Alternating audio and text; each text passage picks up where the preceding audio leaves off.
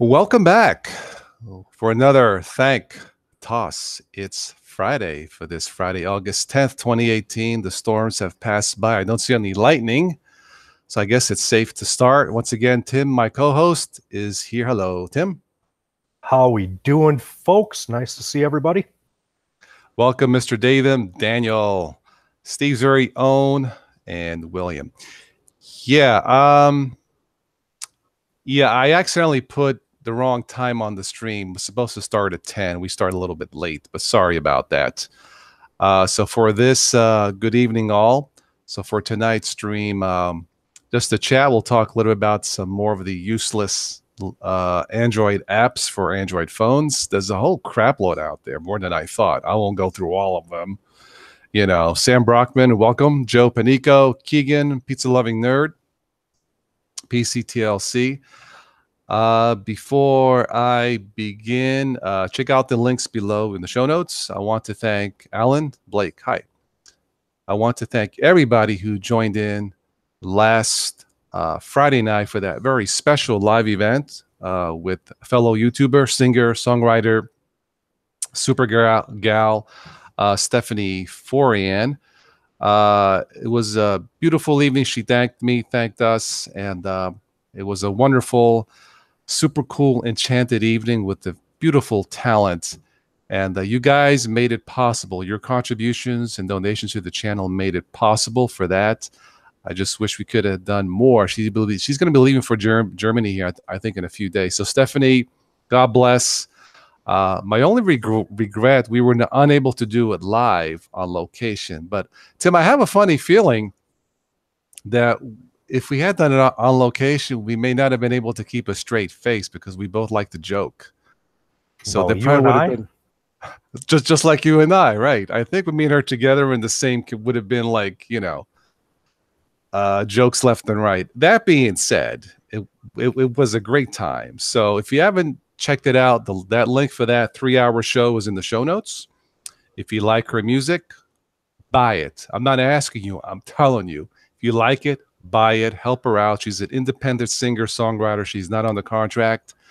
And maybe with all our help, we can finally get her, get someone to call her, a promoter, so she can work in the States and not everywhere else but the States. So, Stephanie, have a safe trip back. And thank you for joining on that great stream last week.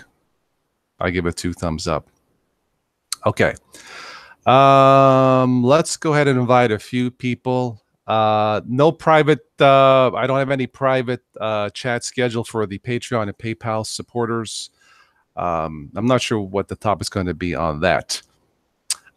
Steve Rayon says, played the show for your wife. She loved her voice. Awesome. Tell her, search her on Facebook. Tell her on Facebook. She does keep track of it. Tell her on our YouTube channel. She posted a new video, a new song. I bought it a few days ago. Great song. She did all the backup vocals. It's a lot. You think this is a lot of work, and it is. It's Mickey Mouse stuff compared to what she does. So throw her a few bucks and buy 1, 2, 300 of her CDs. Make her happy, you know. Anyway, all right. Present arms, Heather. I'm missing people here. Noah. All right, let's go. Mr. G. Mr. G, you bought the CD, right? I think. Okay, Red Hut. Oh my God, it's 3:10 where you're at. I'm so sorry, man. Yeah, we got 2 of each of them, by the way. Cool. Yeah, for those of you overseas in UK time, maybe one of these weekends, Tim, when you have time, we need to do a show like at 7 or 8 versus this time for people overseas when you have time, you know. Sure. I like to get everybody involved because I'll say it before, if it wasn't for you guys, this channel will not exist. Simple. Benjamin, you're right on time. We haven't started with the funny stuff yet. And Mr. G, I said, hello, world of Linux. Hope your world is doing well. Welcome. So Timo, learn on the road. Oh, you're on the road, Tim. Be safe. Be safe. Stay safe. Okay. All right. All right, let's go ahead and you know what? Yeah, go ahead. No one just brought up how about the kids stream? Yeah. No, you know what? Toss and I had talked about that doing something a lot shorter than what we typically do in the evenings. Excuse me. And what we'd like to do is kind of stick to a topic, and I think we had a couple of ideas, but both of it, this, so you know, Noah, specifically for you and for people of your age, Toss and I are talking about it, and we are putting excuse me, we're putting some plans in place to do on it. As soon as we do that, we will let the community know. Yeah, I wouldn't mind doing a kid stream. I have a teenager.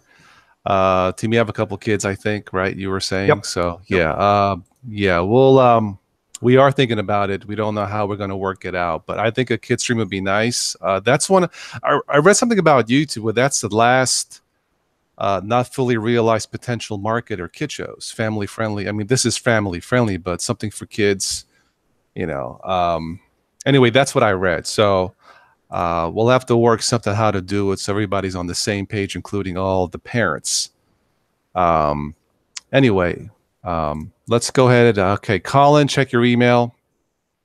Switch to Linux, check your email. And I had a question for Switch about one of the last tutorials you did about external drives or something like that. Yeah. Let's see here.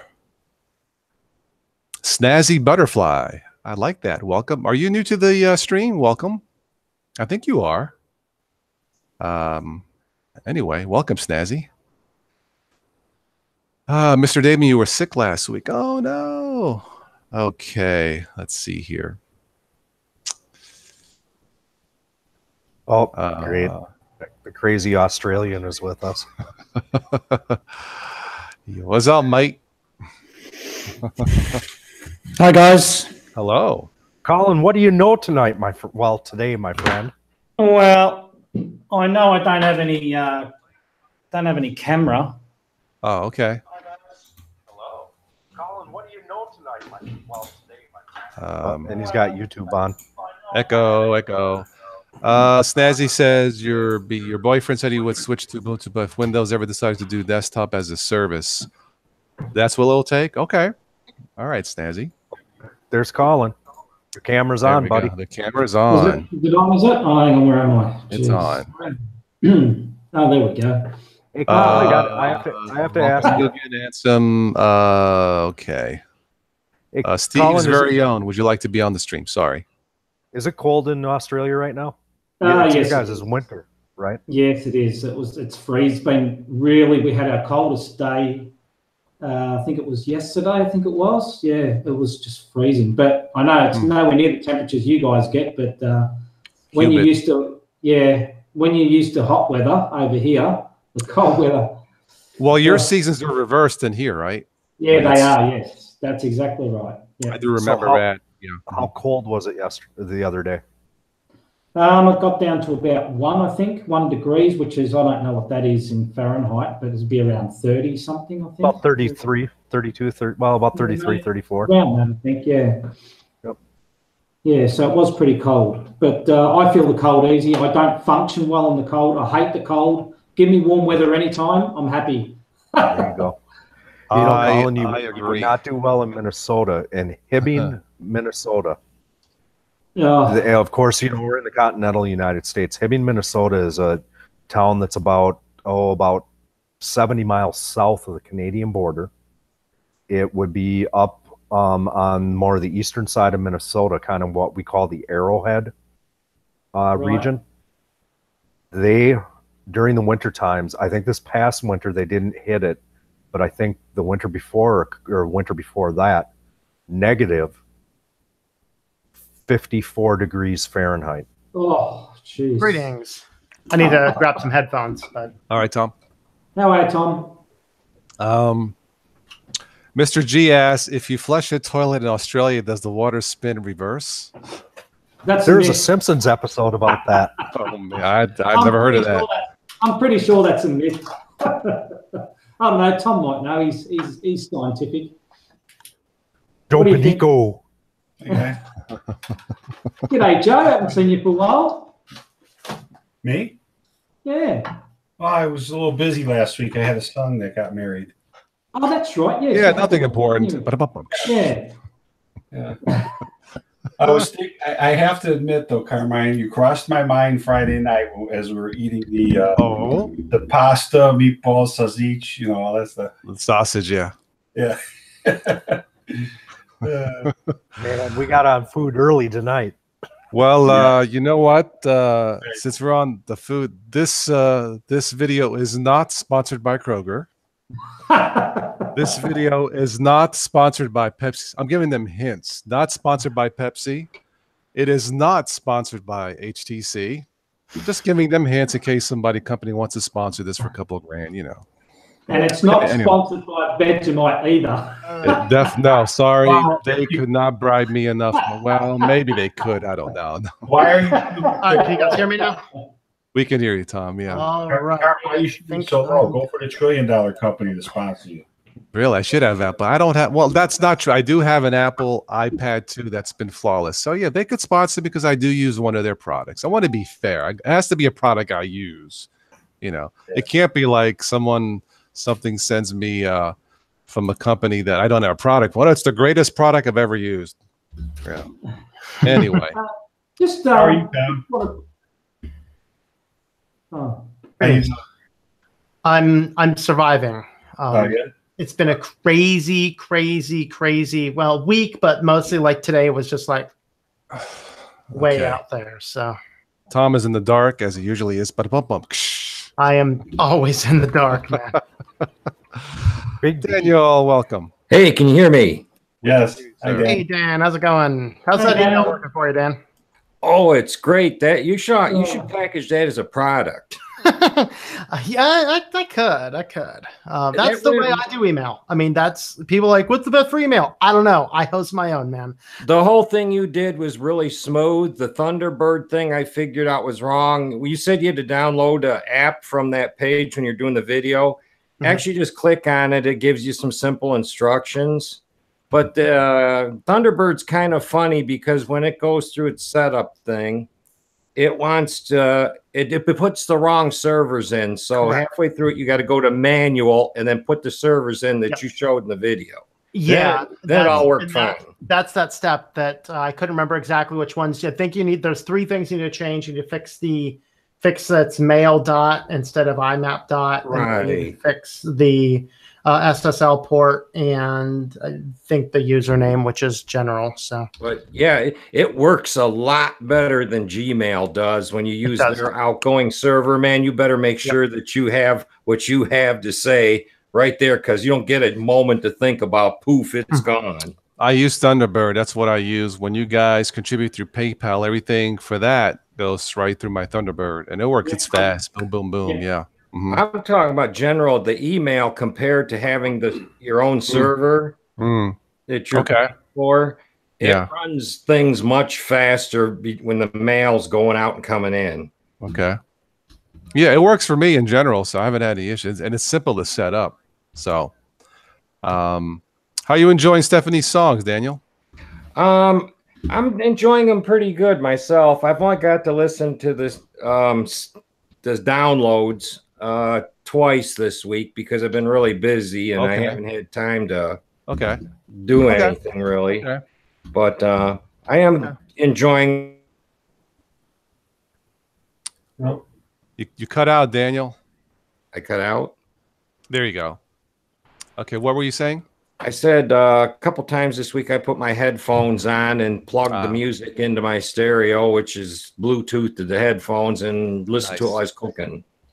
Did you check out her new song? Yeah, I listened to it, but I didn't download it. Okay. Yeah, she just posted it. You can buy it for $1. I gave her $2, or you can pay whatever you want for it. And she thanked me, but she's leaving back to Germany. I think she said on the 14th. So I still have the tab open. Okay, but yeah, as I was saying before, Stephanie, again, thank you if you ever get a chance to see this. But it was a wonderful, super cool, enchanted evening. Yeah, that was great. It was awesome. Great gal. She deserves all the success she can get in the States, not just overseas. You know, I know her family would rather have her here in the States, her parents, and I agree. She's an American girl. It's like that song by Bruce Springsteen. You know, what's that song? Born in the USA. She was born in the USA, not in Germany. USA. Yeah. So everybody buy her songs, and maybe some promoter will look at the numbers. It's all a game of numbers here in the States. Our music industry here in the United States is really in the tank, and you have this corporate prophecy going on. Yeah. Frankly, you'd be better off not getting a deal and just working up and building your own personal tribe. Yeah, because there's only 3 major labels, and they've bought up all the other ones. Yeah, and they are very unscrupulous regarding. There's Sony, Warner, and Universal Music Group. Universal Music Group bought up most of the smaller ones, like Capitol Records. Yeah. No, she's well aware of it, but like she was saying, if she could get a fair deal that was beneficial to both parties, she would sign in a heartbeat. But it hasn't happened. And it's, you know, but they do look at numbers. So look, if she had a spike in sales like thousands, a promoter is going to take notice because, again, it's a money game. You know, it is a money game. And as soon as they see they can get money out of you, they want to take everything you got. They want to suck the life out of you. Right.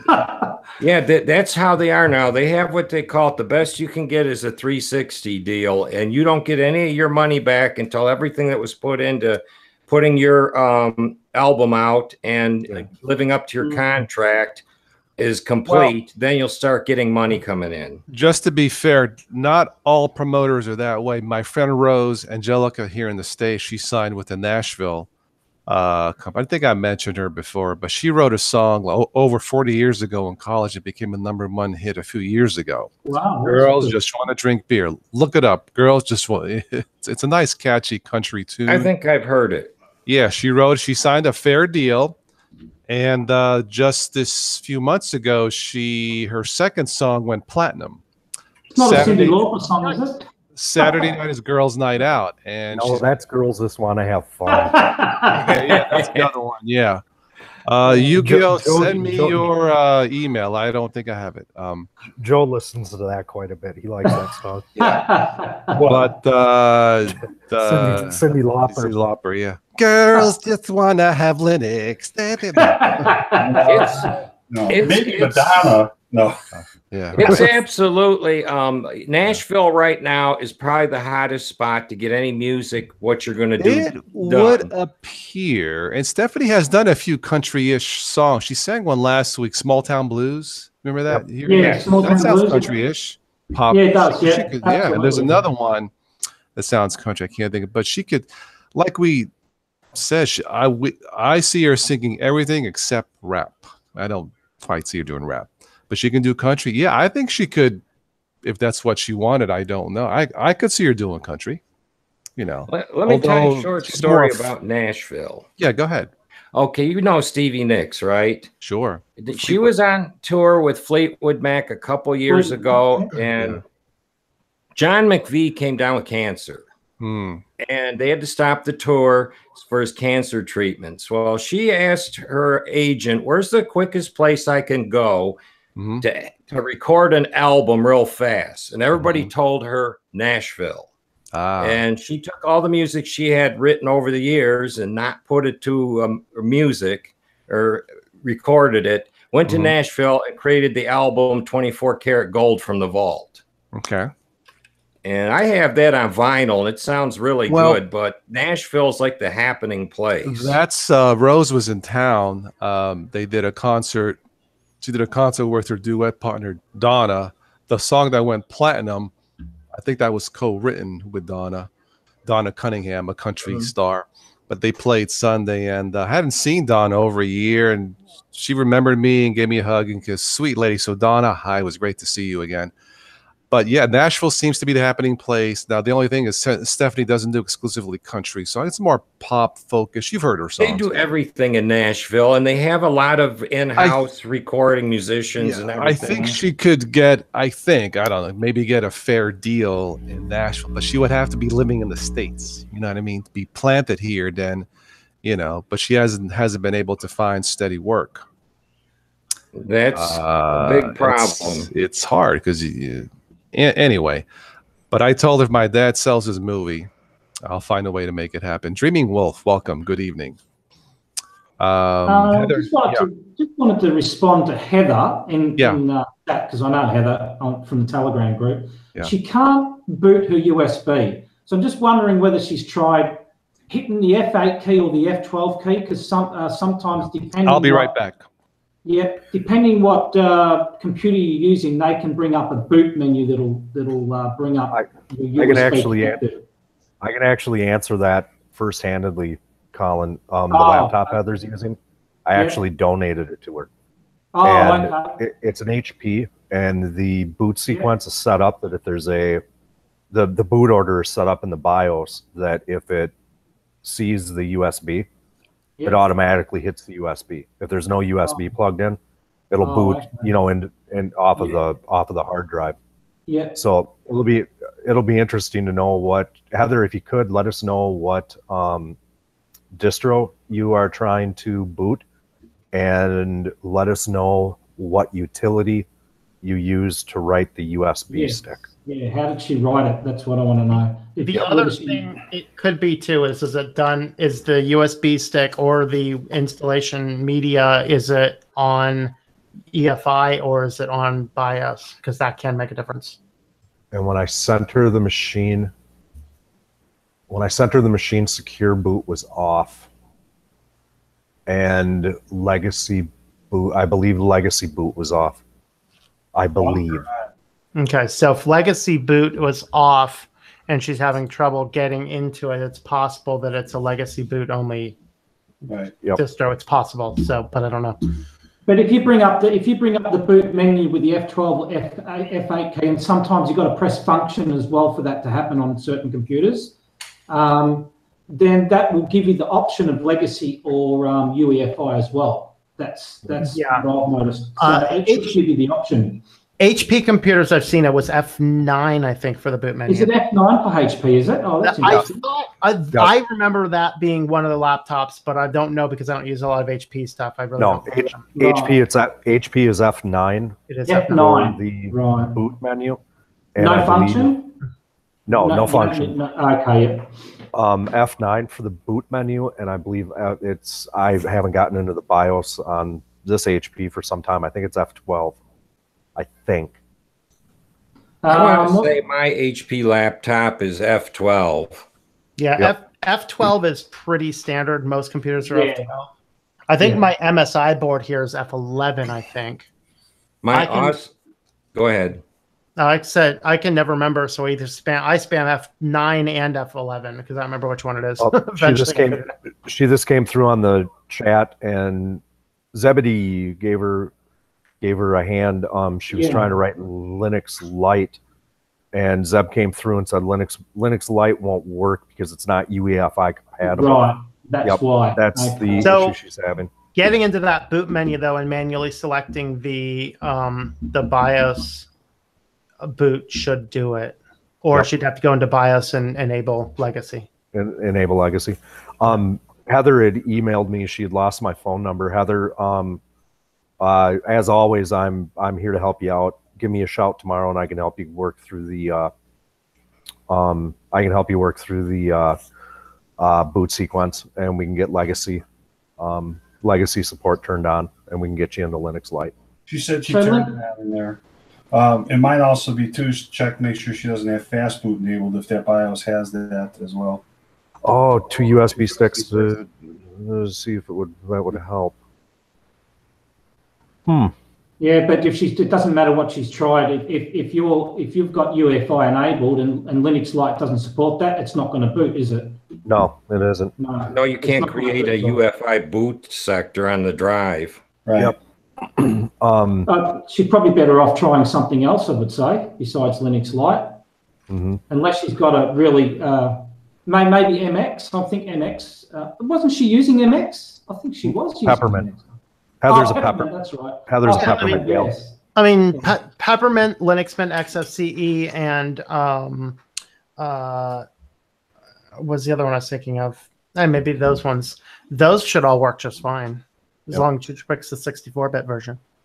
It looks like she was just wanting to try Linux Lite. It doesn't look like she has a something disruptive or fatal that she's dealing with. So she just wanted to live boot, just try it in the live environment, was it? Is that what she? Yeah, it looks like she just wanted to fire it up and mess about, and then maybe install it. I'm gonna be right back. I'm actually gonna boot over to my other login so I can work on some podcasts while we're chatting. I'll be back in a few minutes. All right. So how's everybody doing tonight? Steven, Hey. What's up, man? Doing good, amigo. I am actually on Ubuntu Mate. I installed it on a different laptop. I'm not loving it at the moment. Welcome to the Mate family. Yeah, it's not been happy right now. I had trouble getting in. I had trouble getting with my camera, setting up the sound. Are you using Chrome? Yes, I am. Just use Chrome. Screw it. Yeah. Yeah, just use Chrome. Yeah. Okay. All right. Cool. Nice. I dealt with the world's biggest pain in the butt over the last couple of days. Mm-hmm. I got sick and tired of fighting with 18.04 based distros. I wasn't going to do anything foolish like try Manjaro or any, everybody's, try this, try that. You know what? To hell with that. You guys know me well enough. I want my computer to turn on. I want it to work. I don't want to have to screw around with it. Oh yeah, sure. You wimp. So a couple of weeks ago, what did I do? I said to hell with it. I threw on Ubuntu 16.04. I think 4 or 5. The last 5. It's 5. Yeah, 5 is out now. The last release in the 16.04 series. It was running great. Everything was just purring along perfectly. It wasn't going as good as my Chromebook. But you know what? The dang thing would fire up. I could get into what I needed to, and I could be done with what I needed to, and I could get off the dang computer. Nice. So I do an update comes through earlier this week, and I apply all the updates. I had a kernel update. Before you know it, I go to get on a chat with Toss the other night. Man, no web browsers would work. Hangouts would puke on me. Which kernel? Well, here's the thing. Now, the pain in the ass kernel. That's what that's the kernel I got that one too. The worst kernel ever. In fact, I talked to Toss before we got on the live stream, and the string of, I guess, creative language I used was not very nice. The kernel once it did the update, it pulled down the kernel. It just botched everything, and I believe. It was 4.15.0-27. I think it was 27 or 29. Isn't the 15 a troublesome one anyway on its own? 15. Well, here's the thing, Colin. When you go out and you look and you just do a search for Linux kernel LTS bugs, there's a centralized place, I'm sure, at kernel or whatever it is, linux.org or kernel.org or whatever it is, to find all of these things. But a guy like me, I'm just a user. I'm not going to go in and recompile anything. I'm not going to screw around with that crap. But I think if more than likely it was the .27, because Peppermint had similar issues with it, and I had some issues with it, and then when we went to the .29, it corrected them. Oh, okay. I got from 29, I went to 30, and it just came out. And when that came out, I had problems with the computer really starting to freeze up, and it trashed my virtual box. And then I was looking at, I thought, you know what, maybe I should just go back to Linux Mint, because I know it works, or it always has. Historically, always has worked. So I go to the Linux Mint page to download whatever the newest version is, 19, right? Yep. Yeah. Go to download 19 Cinnamon, and here they have a 19 Cinnamon and a V2 because they were having problems with a kernel not allowing it. Machines were either slow to boot or wouldn't boot at all. So they re-released the 19 ISO with an updated kernel, and I'm on that, and it seems to be running just fine. Tonight's topic is useless Android apps. Maybe I should say useless kernel updates. I don't know what kernel I'm in right now. Hey, well, Tim, Sorry, Tim, but now that you mentioned that, I tried to install Linux. Man, I had the ISO sitting there for a couple of weeks. I went to install it 5 times. I messed around with that thing. I thought that it was me not doing my partitions correctly and all that. And then I eventually gave up, and I made mention in Telegram group, and somebody said, "Oh yeah, they had problems. There's a version 2 out. Go download that one." Yeah. So yeah, and that's what happened. So okay, so this is running Linux Mint 19, the version 2 ISO is running Linux kernel 4.15.0-30. Oh, that's the one I had all the trouble with. And I'm down to 30 now, and I have no problems. Knock on wood so far. Yeah, exactly, Joe. Knock on freaking wood, because God knows the wind will blow wrong. A planet may unalign itself in the universe. Mars will show itself, and your Google my Pixel computer will crash. crap on me. There is great wisdom, and once your system is running, don't touch the kernel. Don't touch the kernel. That's right. Don't touch the kernel. Heather Brown this said, time Don't to get a new pop the kernel. If you touch the kernel, it will pop. Yes, it's like popping a pimple. It's Oh, Heather says, time to get a new computer. No, it's not time to get a new computer. My computer is 6 months old. Well, now it's 8 months old. And you know what? It's time. It's time for Linux to actually put. You know what? To hell with screwing around with desktop environments.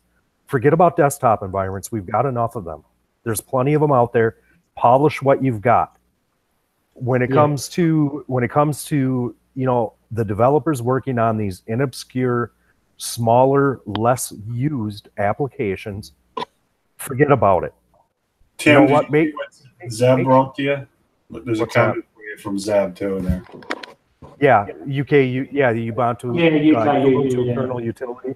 Sorry, I didn't interrupt you. Yep. It's time for Linux as a whole. To hell with all this stuff that people are out there arguing about and going back and forth with desktop environments, apps, this and that. The biggest complaint that most people have when it comes across the board with Linux, across the board, is the QA that goes into these OSs before they're released to the public. And that QA needs to start at the kernel. Then it needs to go to the distro. The distro needs to make sure the kernel works with whatever hardware that they possibly can. Then they polish the desktop environment.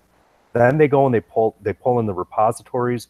They pull the most current apps into the repositories that work with the kernel and the desktop environment, and then release the OS. Forget about having to worry, even LibreOffice 6.0. I was trying to do some work on a spreadsheet. I have a spreadsheet that I keep a bunch of numbers on, a bunch of investment stuff. I'm trying to work on it. And because of the kernel issue I was having with 1604, LibreOffice 6.0 wasn't working well. So what did I do? I uninstalled LibreOffice 6.0, and what did I do? I went back to the Ubuntu repo and grabbed whatever it was that was installed LibreOffice-wise on 1604, which I think was 5 dot something. Okay. Yeah. And it worked wonderfully. Mm-hmm.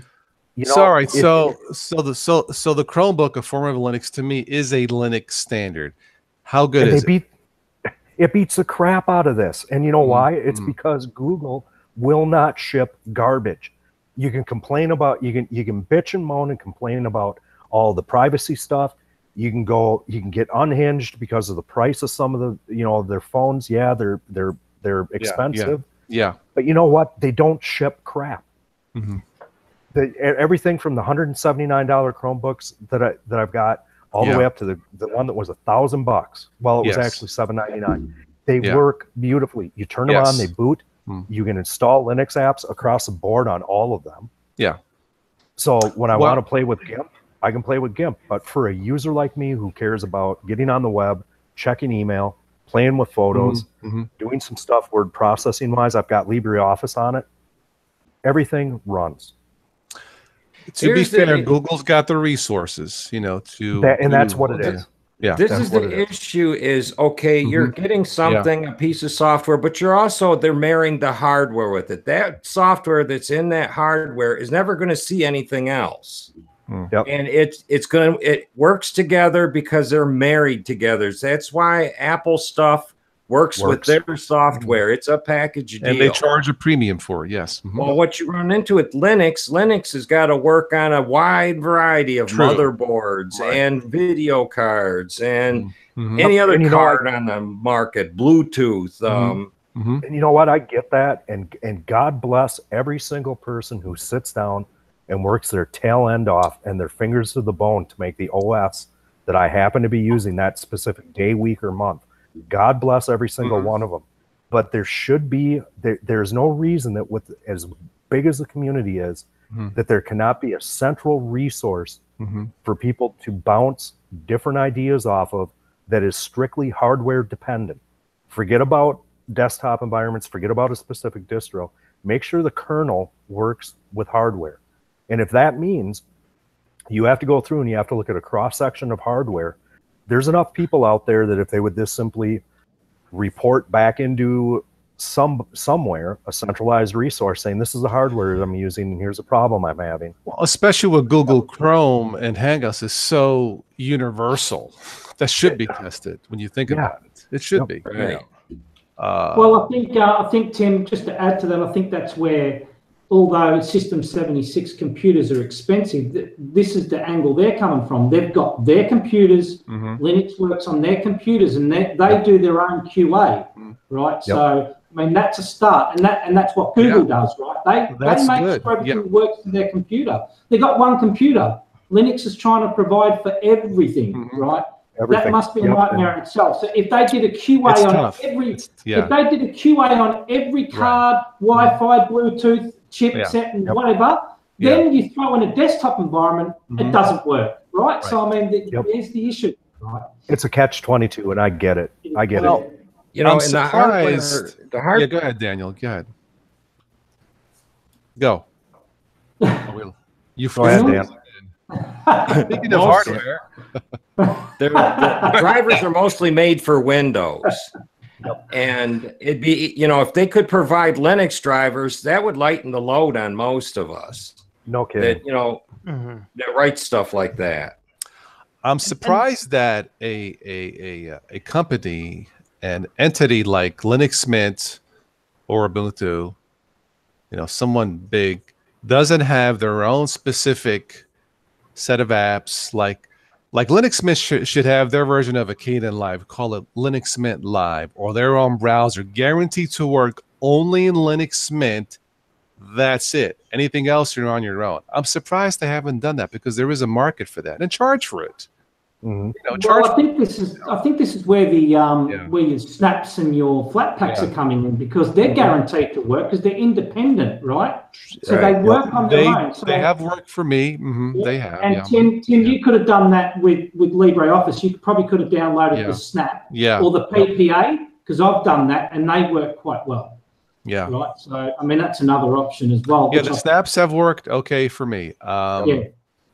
The app image for Kden Live crashes sometimes, not as much. But, you know, people ask me, Toss, why you still use Windows? Do I really have to answer that? I'm not trying to be funny, but yeah. I don't know. I don't have quite as many problems. Maybe it's just because for production, I just use stuff that works. But I think one of the challenges we get is that suppose a company like Take Brother, for example, they are releasing drivers. It's just when they release drivers, now there's a hissy fit. It's not open source. Well, I mean, I've didn't put my scanner drivers on my computers because I had an Epson scanner that was, you know, it was doing my needs. And that finally just kind of died out a little bit. And I installed the proprietary Brother drivers that are not open source. Thing works like a dream. I wish I did that a while ago. On every Linux distro I've tried it on. It just works great. And we need to also stop having hissy fit about open source only and all this. Well, I agree that open source is good, and I would prefer to have open source only, but it's a victory when we can get stuff running on Linux at all. And that's, you know, And that's kind of my approach is if you go outside of open source, then there's always that doubt there might be something in it spying on you. Or there is, but that's easy to verify. It's I mean, hook up a computer to Wireshark and monitor it for a month. Yep. I got a call from Sicily to get everything monitored, so I'm okay. Yeah. I mean, you're good. I mean, you know. I mean, we worry about. I got the Russians and stuff. We got the Russian comrade, yeah. You know, for me, what you said, Tom, is it right? You know, it's kind of a victory every time we get something to run on Linux. Mm-hmm. Yeah. With my user experience over the last 2 to 3 months since, well, about 4 months since 1804 release, it's been a victory that I've been able to get on my computer, and do 2 or 3 hangouts a week, and actually have everything work. And not have an update break it. That's been a victory to me. And unfortunately, from my perspective, that victory, the impending doom that is kind of there with what I've experienced, that's a mixed bag. Tim, what computer do you have again? Is it an HP? Yeah, the one that I'm on right now is an HP Pavilion. With all due respect, I think that's part of your problem. You know, there's kind of a standing joke that HP stands for horrible products, and there's a reason why. Seriously though, there's a reason why they've gotten that reputation. They weren't always that way, and their printers. I always had them for years or whatever, but they've gotten to the point where they put such cheap crap inside of the machines. You know, they had a system that was 110 or 120. I can't remember what the model number was. It was a $300 and something system. They made it sound all pretty on the side with the specs, but they never really talked about the details of the processor or whatever. And it used a power brick for a power supply. When you open this thing up, it was basically a little 7-inch motherboard with a 40 millimeter fan on it that you couldn't upgrade. You couldn't do nothing to it. And those things were burning up left and right, and they were getting $300 something. I built a basic system purposely to see how close I could come and give a much better system for it. There's videos out there. Kerry Holzman's one of them that put one out there. And it very well, you know, you keep talking about it's the distro. I have a sneaking feeling it's the computer too, the hardware. And you know what? To be 100% fair, Joe, that is a hell of a good point, and I agree. Yeah. Because I do agree. I've got a Dell here, and I really don't have any problems with it on there. Dell has been supporting Ubuntu, you know. So, and you take that back to what Colin was saying.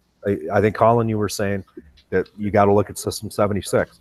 They test Linux against the hardware, and they validate the hardware with Linux. Period. And again, what does Dell do?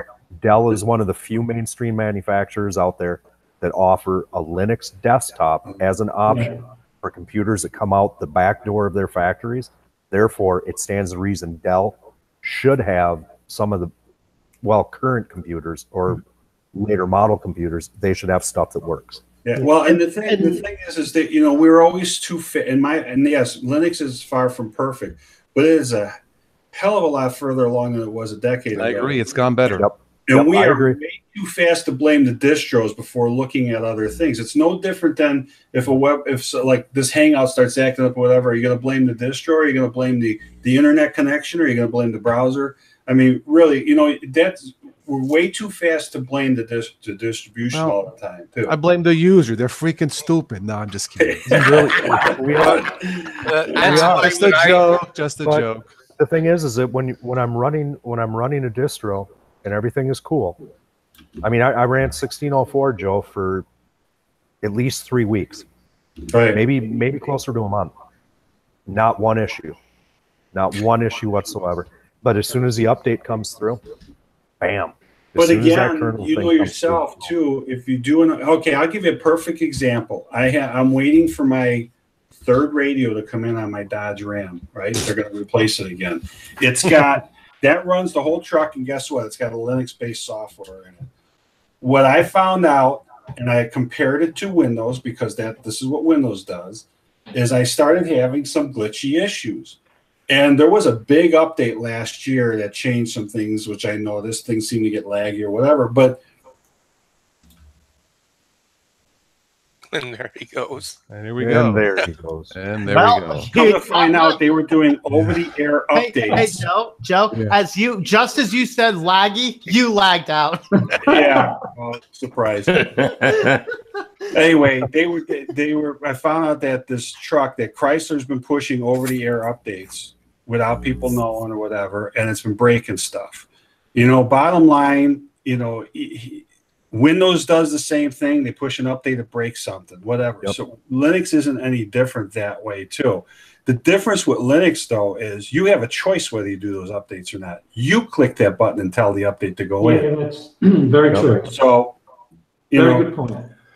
But here's the thing. Lately in Windows 10 on multiple machines, I do not recall it breaking anything the last 2 or 3 months. Yeah, the updates take forever. In fact, the update today took so long, I grew a beard already. No, but it's not I true, don't recall it Toss. breaking anything. Not Not true, late. Toss. Yeah. No, I've had two Yeah. people already. I've got one person who wants me to fix his machine. I've got to reinstall it because Okay, let me ask you updates this. have just frozen. Did they buy those with them, or were they secondhand, or did somebody mess with it? Were they new machines when they bought them? It's the same as my NUC here. It's an Intel NUC, Skull Canyon, right? I've got the same machine here. I So these installed were bought Windows brand new out of the box, not brand secondhand. new out of the Pirated box, and it software. didn't come with Windows. I installed it for him, right? I installed okay. Windows 10 for him, Okay. and it was running all very sweet. But Okay. the updates have come through, and maybe he hasn't done updates for a while, or he didn't turn it on for a while. Don't know. Okay. But Now, it's okay. Now these machines I bought out of the box, brand new. So maybe Right. that's where it is. But nothing's perfect like Joseph. But lately, now granted, I use Linux more than Windows. But lately, when I boot into Windows to run apps, I don't notice anything funny. Of course, I don't use it as much as I do Linux. Maybe that's not a fair analogy, you know. But the point is, if somebody buys a Windows machine that's constantly breaking, take it back. There's something wrong with it. You know, that's how I look at it. You don't have to be constantly breaking. It's the point that it does from time to time break. Yeah. The biggest thing, the biggest inconvenience about which they supposedly have put some telemetry in there now that will pause its updating while you're workflowing. But if you're not, if you don't use it for a week or so, or even 2 weeks, whatever, and all of a sudden you turn it on, that hard drive's going to spin, and it's going to spin. Well, that's what I don't like about Windows, the forced updates. Now, I know you have to do the updates because of the security updates also for any system, so you should be doing updates. But if we're talking multimedia apps like, you know, audio, visual, editing, I don't have those issues in Windows. I just don't. You know. Well, we talk about Arch Linux right now. Arch Linux, things can break.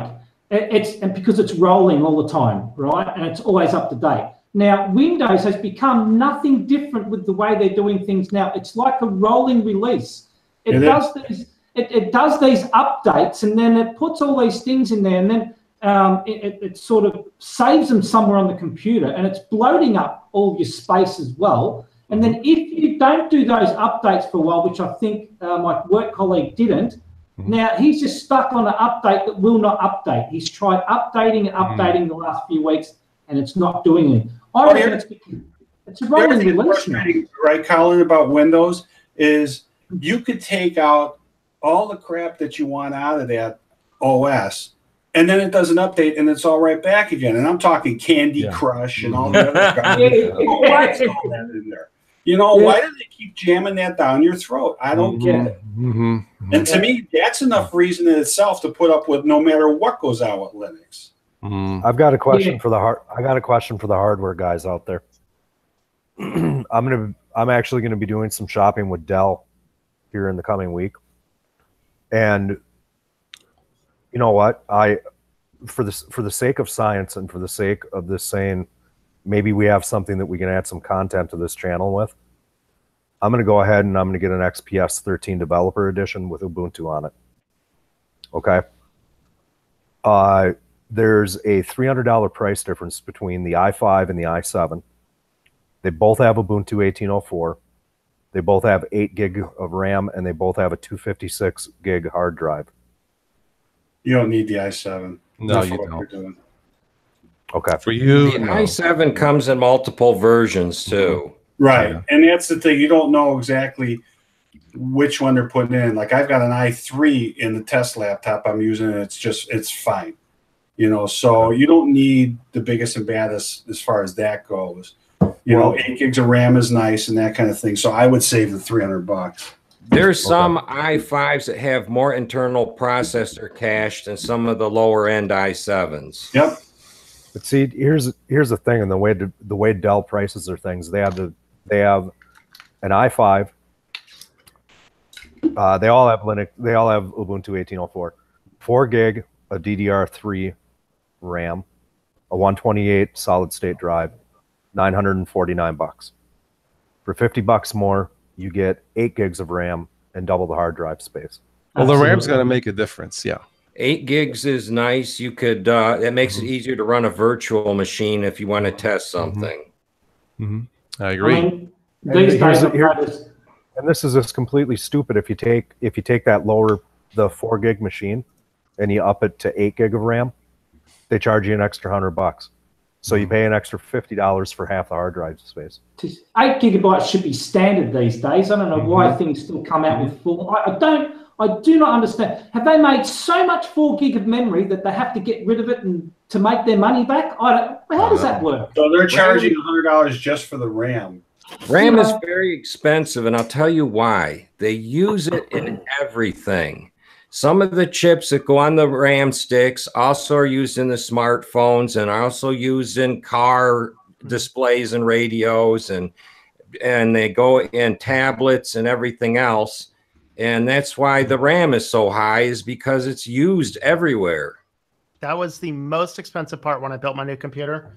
RAM was more than the motherboard, the processor, the whatever else I bought at the same time, the DVD drive, all that stuff. But that's coming down, and that was all because of the Bitcoin stuff. It was all tied together with that too. That's starting to come down, and the reason why I was asking is maybe seek out what the RAM.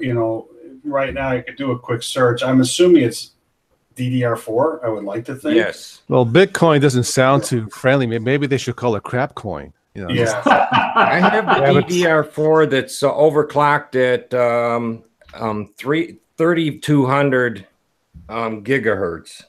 DDR3 RAM is not that expensive. It's a DDR4 RAM that's nuts. It is. Oh, and this is 1866 megahertz too, which is nice to see in there. I like the one that the laptop I have, the Dell, is an Inspiron. It's just a simple, basic Inspiron touchscreen, all that stuff, and it works fine. And that came with Windows 10 on it, and I'm running Linux on it, and it's fine. All right, I have some for tonight's topic. I have some useless Android apps that I came across. Maybe you guys have heard of these or maybe tried one, but there are a lot of literally what appeared to be useless Android apps. So one of those was the Pimple Popper game, and one app that was called Pointless. All you do was click on it, does nothing. I call that my son. Gee. So let me see what we have here. Well, one useless app is a virtual fidget spinner. It spins around. And anyway, that's an example of a useless I think app. the real one's useless. Right.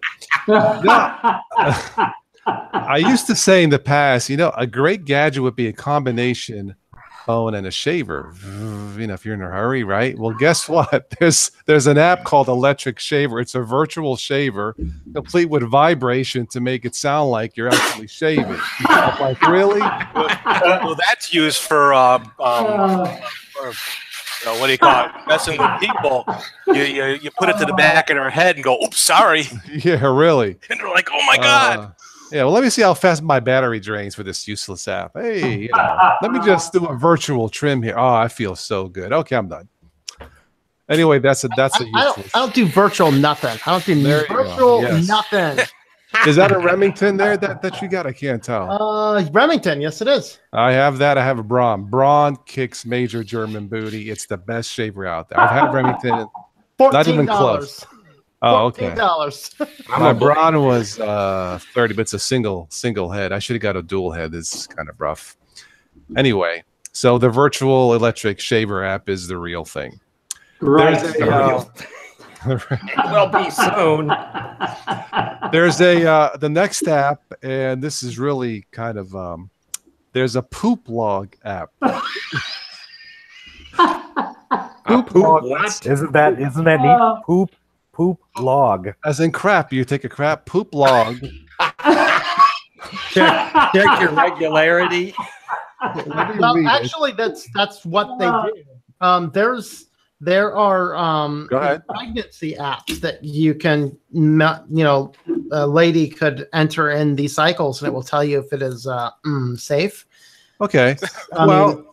This lets you track. I'm going to read it, and you tell me if there's any value, because maybe, to be fair, I doubt it, but it says here, poop log lets you track it and evaluate your bowel movements. Is this before or after Vegemite? From location and photos to color and mucus, it lets you content. It lets you log everything. Log, edit, log. Log. So is this a log? Do you get to So choose essentially, it's an color app where screen?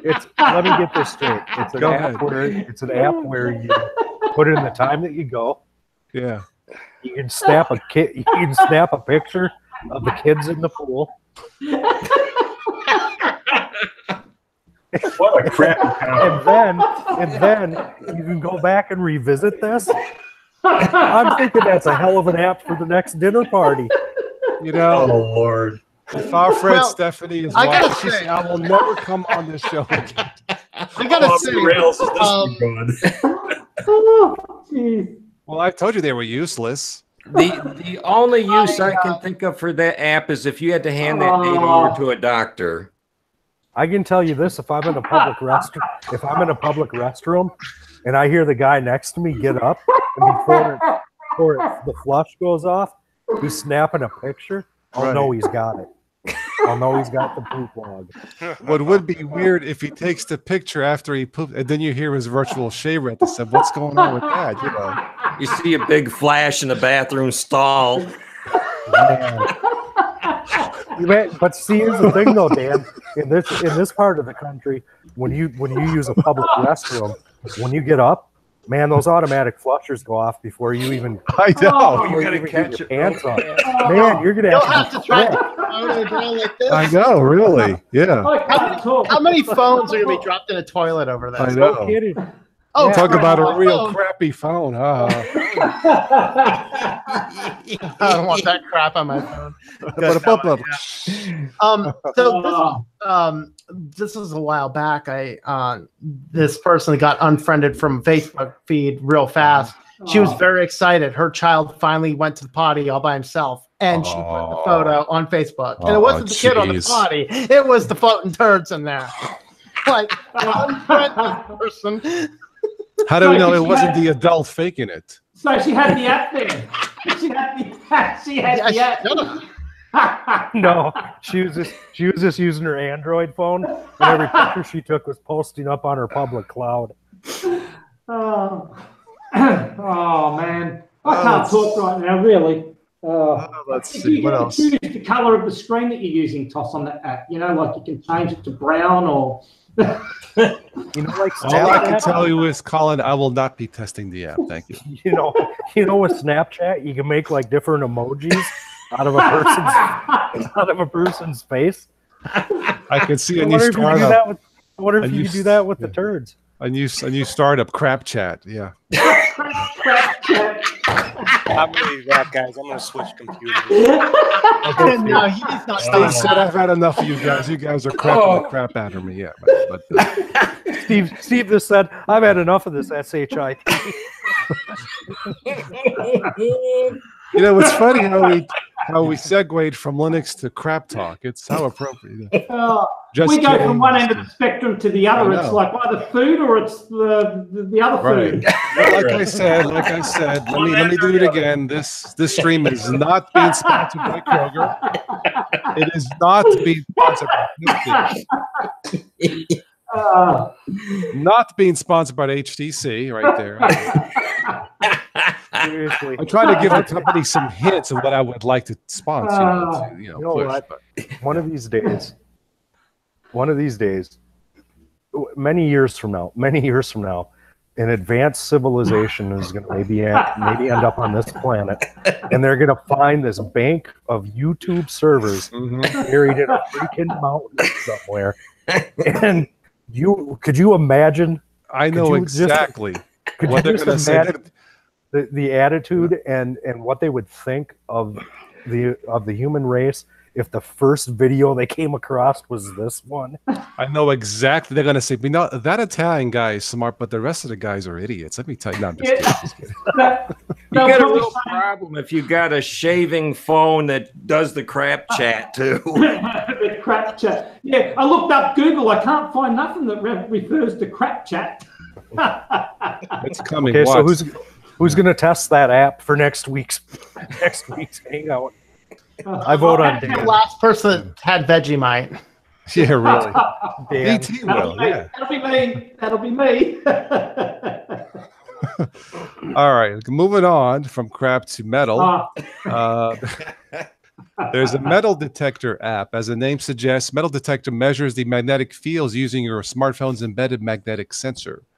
Now the question is, why would you want to measure the magnetic fields? Is the magnetic field affecting your crap movements?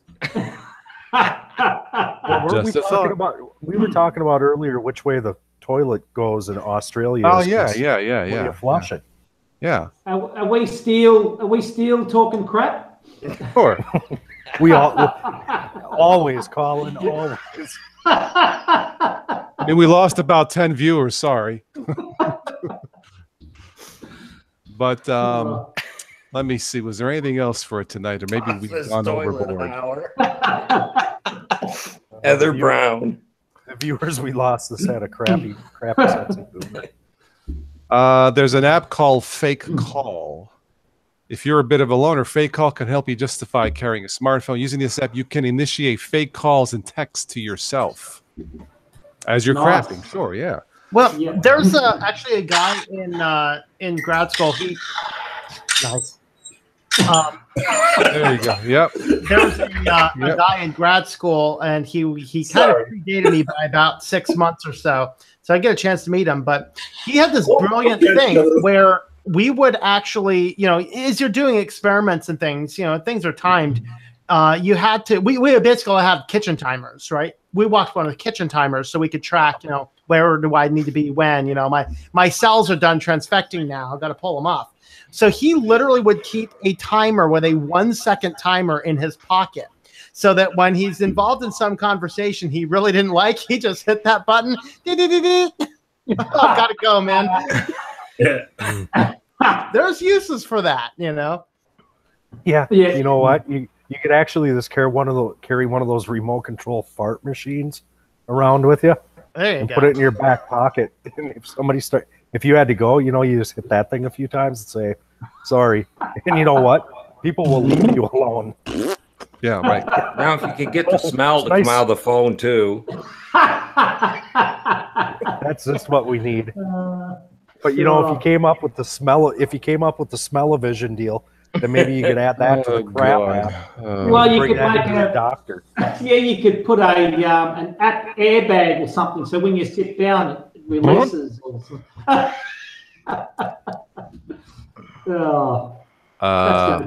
else we got, Toss? Well, for let's see, there was a couple of ones I mentioned. The other one was I mentioned that pimple popper game. I'm like, that's just disgusting, even if it's virtual.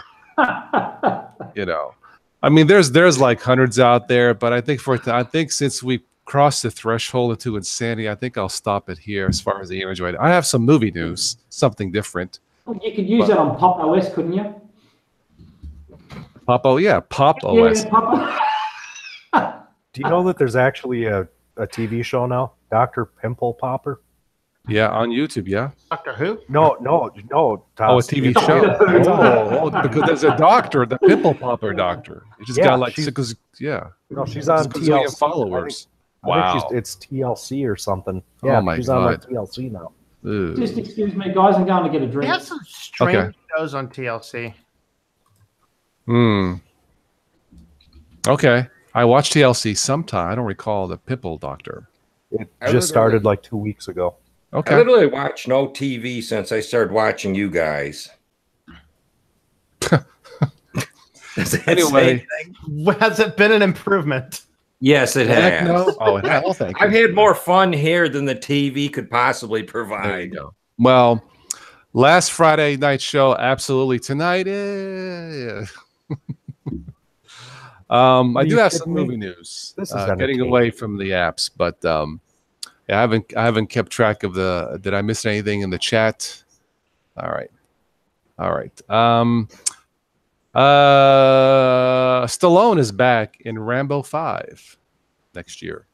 Oh boy. I believe he goes to Mexico and he says, "Hey, yo, you got any lewds? Hey." No, but Rambo, I don't know the whole storyline, but he's in training now to get in shape for the role. He's 72. He looks great from the pictures that I saw. But Rambo 5, I believe, will be the last one, as far as I know. Rambo So there you go.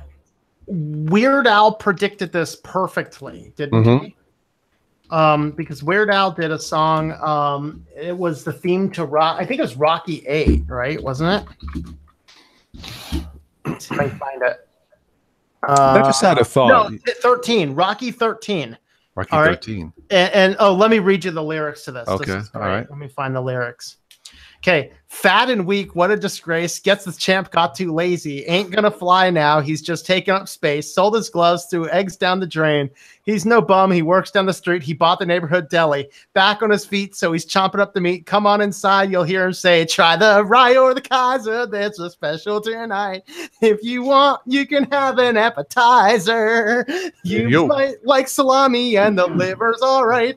And they'll really go well with the rye or the Kaiser. I can see Sylvester Stallone singing that. Yep. Yeah. Wow, he held it together pretty good. Yeah, really. I have vocal experience. Let's see. Godzilla is back next year for all you Godzilla fans. They're calling it King of Monsters. Like we didn't already know he was the King of Monsters. I don't know storyline, but they're working on it now, and they'll look for that next summer, I think. James Bond is back next year. They start shooting in December, from what I read. Daniel Craig is back. It's been reported he's been offered $150 million to do 2 further Bond movies. Only $150 million. Pfft, that's cheap nowadays, you know. But I believe they start filming in Croatia, of all places. I don't know the storyline, but for the James Bond fan, Mr. Bond is back. Can all of us together on this channel make that much money in a lifetime? No. Well, if I start saying some lords, maybe, man. But you know, not doing this, no, man. It's an awful amount of a lot of money.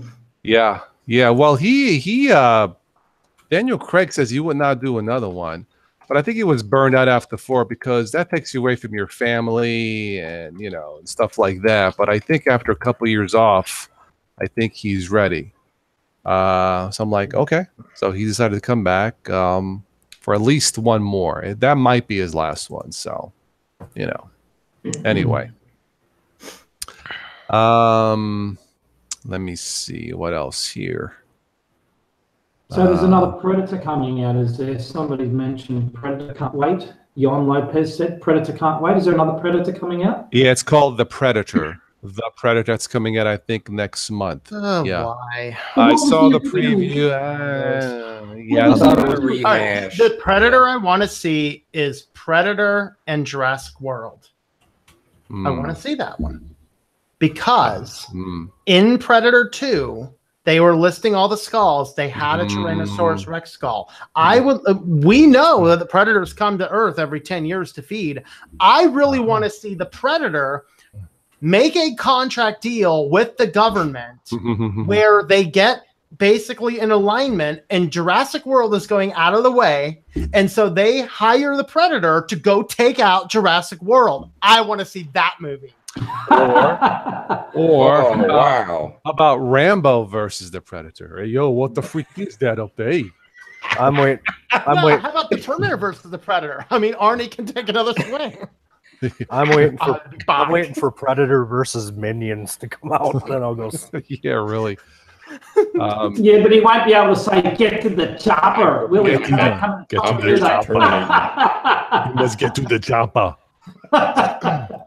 Get to the saucer. Get to the saucer. Let's see. What else do we have here? Let's see what's coming up here. But I saw the previews for a movie called Operation Finale. Seems pretty nice. A true story about World War II. On the search for a Nazi killer or something. Look, interesting. Stars Ben Kingsley. I think he's won an Oscar for something. But that looked pretty good. Of course, this month we have another shark movie, The Meg. Ooh. Wasn't Ben Kingsley Gandhi? I think so. Maybe that was, yeah. I believe so. So we have another Jaws ripoff called The Meg. Okay. Is that a megalodon? Is that a megalodon? Yeah, it's like a 75-foot shark, and oh yeah. Oh, I seen the commercial for that. yeah, It looks you know what? Yeah. For a B stupid movie, I heard the budget on that was over $100 million. See, Hollywood just has money to throw $100 away. shark. Yeah. Okay. Well, so that means it needs to make double that just to break even, supposedly. I don't know. I think Hollywood's run out of ideas, to be honest. I mean, how creative can you get once you've done just about everything there is to do anyway? I don't know. I think we should write a screenplay. Yeah, based off Linux, how Linux saves the world, you know. Yeah. I think we should fly Colin up to the U.S. Yeah. I think we should meet somewhere in the middle of the U.S., like, say, Chicago, because that's close for everybody. And we should put ourselves in a hotel room for a week and eat Vegemite, drink beer, and write a screenplay. I've gotten pretty good at eating the Vegemite. Yeah. I can tolerate it. We could incorporate in the movie that pooper app, too, you know. It wouldn't be a movie without the pooper app. I'll come along as long as we can write the script to Terminator or to Predator versus Jurassic World. I mean, Okay. That sounds good. That sounds like a really good movie. I actually enjoyed Jurassic World: Fallen Kingdom. I didn't think I would enjoy it, but it was so stupid. I enjoyed it. It was mindless fun, you know. My wife wants to go see what's the dog movie out right now? The dog movie? I don't know. Yeah, there's a dog movie. I forgot the name of it. She wants to go see that. Okay. So I just had a thought. You know those dating services like Harmony and Match? There should be a dating services for geeks, like Geek Match or Linux Lovers. Isn't there? Linux lovers.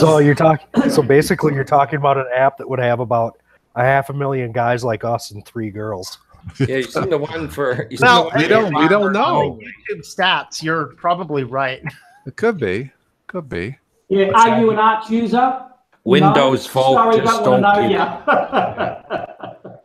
I don't know. Windows folk just don't get it. You just don't get it. Well, I always see commercials. Hey, I met the love of my life on, Match or whatever, Harmony. It makes me wonder if that's really true. Probably is, but it's like what, 3 out of 100? I met the love of my life on PUBG. But just a thought, Linux for lovers or something, dating. Geeks, goodgeeks.com or something. Linux Mint site, the Ubuntu-based site. Oh, is that movie Christopher Robin? Tim? Oh, No, it's not. No, it's not Christopher Robin. It's No, that's not dogs, is it? That's not a dog. I don't know. let me look at the Google and see if I can. Is it an figure animated movie? Is it animated No, movie or it's- is it? No, it's regular. Yeah.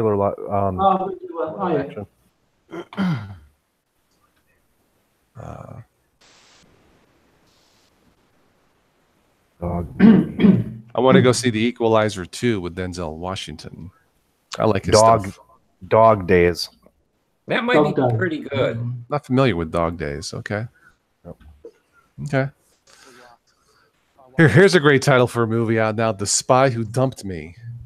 I wonder if they used the pooper app in that We're one. right back to the crapper app. The Spy Who Dumped Me. Get it? Yeah, right.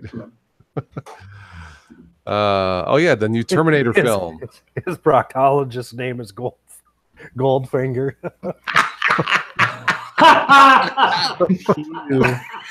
Oh god. Man, Nice, thanks. That was terrible. that was stinky. Oh god. That was a good one. I like that. Oh my God. Hello, Anarita. How are you? I think you need to change your title, toss it to the best crap app you can ever need. Yeah. How about the crappiest Android app? Oh, really? Oh man. Sonic the Hedgehog. That's a movie coming out. I guess there is. Yeah, I saw something about that. Noah, that's Predator versus SpongeBob SquarePants. That'd be pretty good. I'm with SpongeBob on that one. Yeah. The unfortunate thing about SpongeBob is he's a sponge, man. You can just take those things, put them in a blender, they just regenerate. That's true. That's true. I see where Captain Jean-Luc Picard is coming back on Star Trek Discovery. I like the good captain. That's kind of cool. They're going to make a Star Trek 4. I have a famous SpongeBob picture there. Star Trek 4, where no poop has gone before. Oh. Well, that was a crappy title. Bada bing, bada bong. I don't know. Can you guys hear me? I switched computers and I'm. Yeah, you're all nice and bright and shiny. Nice. Yeah. You haven't missed much, Steve. This just went down the toilet. Literally. Speaking of SpongeBob, Yeah. can you guys see that? You have to keep talking, Dan. Can you guys see that? SpongeBob. Get it closer to the. I actually go to a sponge factory to work on their equipment, and they made a SpongeBob thing right in front of the bathroom door. Oh, wow. I don't know if you can see it because of the lighting or. Tip it, yeah. Yeah, that's what it looks. That's what it looks like. La la la la la la la la la la la la la. Can't see SpongeBob much, but you can see his SquarePants. Yeah. Yeah, we can see SquarePants. These darn cameras, you know. Let's see here. There's a movie called Peppermint. I don't know what that's about. it's a revenge movie. It's Peppermint with God, I forget the actress's name. Her family gets killed, and then she disappears for about 5 or 6 years. Learns all the sorts of martial arts and weaponry. And Jennifer then Garner. back and kills the guns. Yeah, Jennifer Garner. Yeah. Okay, so it's not Peppermint OS. Darn it. No. Jennifer Gardner in a Way. revenge kick everybody's butt movie. Well, she was Elektra. Was she? From their first Daredevil movie with Ben Affleck. Yeah, you're right. She was. Here's a stupid title for a film: The House with a Clock in Its Walls. That's the actual title of the movie. Jennifer Who's got Garner, time didn't to she watch play in Alias, that TV show, long time ago? Yeah. I don't know. They're making another Halloween. This is back with Jamie Curtis. Okay. Yes, she was in. Why?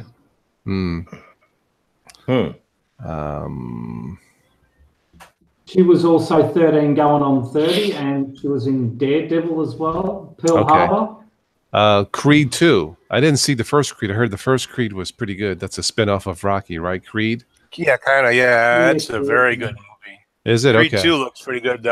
He fights Ivan Drago's son from Creed from Rocky 4. Drago.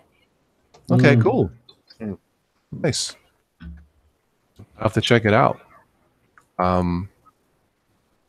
Let's see. Let me turn on my ticker. See what's on the news feed. I wonder what's on the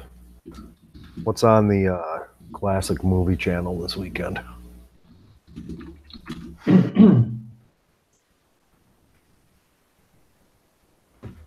A bunch of Rock Hudson this evening. You got any more list of apps there, Toss, or is that it? You've gone through them all. For the Android apps and the movies, that's all I had for that part. Yeah. I'm just looking at my ticker feed, scrolling real, see if I in the wild, router exploit sends unwitting users to fake banking site. Ooh, not good. Here we go. I talked about that briefly today. We didn't pull out the article for news, but yeah, so it's D-Link routers. So if you have a D-Link router, double check if there's a firmware update and things. And basically, the vulnerability allows a malicious hacker to get in there, change your DNS, so you really won't know the difference, except it reroutes several banking sites into their phishing sites instead. So it's a really brilliant phishing where it's not like you clicked on a bad link because the URL is exactly set the way it should be. They're just co-opting your internet. Okay. Okay. I got a question for you, Tom. Yep. Have you ever read The Fountainhead by Ayn Rand? No. You haven't? Okay. I never knew this, but apparently in 1949, Gary Cooper made a movie version of it. Ayn Rand, didn't she do the book Atlas Shrugged? Yeah, I think so. Yeah. Yeah. I have all 3 copies of that movie. It's not half bad if they would keep the actors all the same in all 3 movies. Tomorrow is Gary Cooper Day on Turner Classic Movies, so I will have plenty of movies to watch.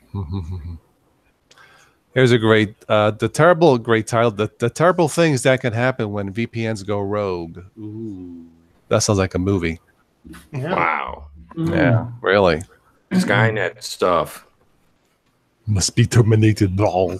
That sounds like a switch to Linux topic on his YouTube. I know. Really. On fire.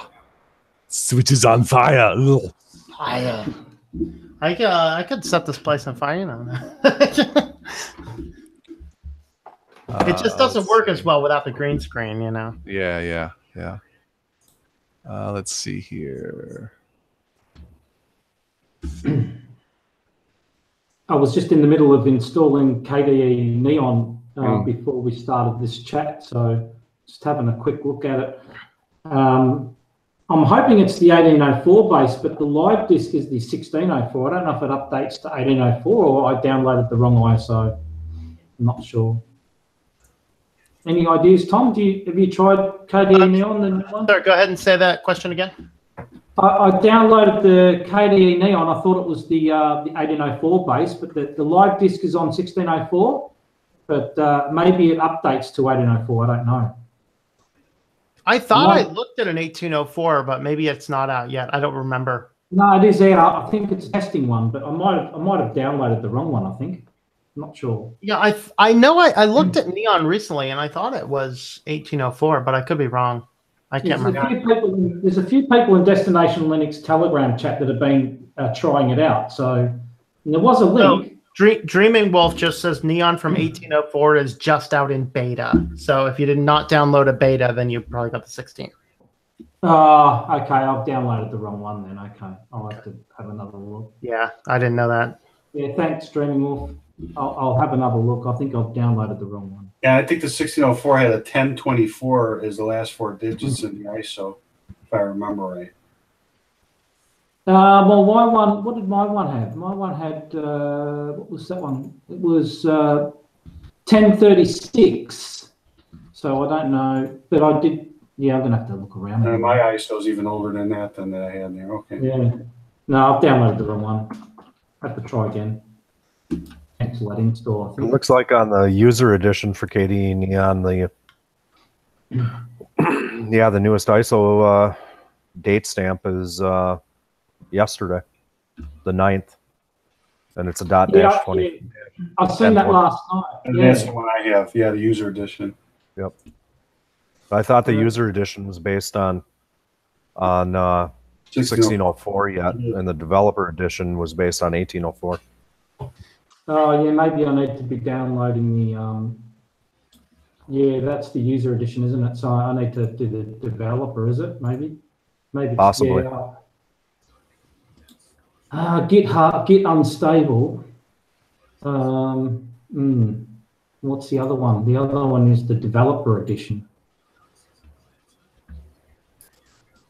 It doesn't really tell you what it's based off of, though. That's the thing. And Zeb's not in chat, is he? He's probably sleeping, isn't he, Zeb? No, he probably went to bed. He said he was going to. Yeah, that's all right. I'll look into that. That's fine. All right. If you call in, if you look at their frequently asked questions, one of them is, will you update the base to Ubuntu 1804?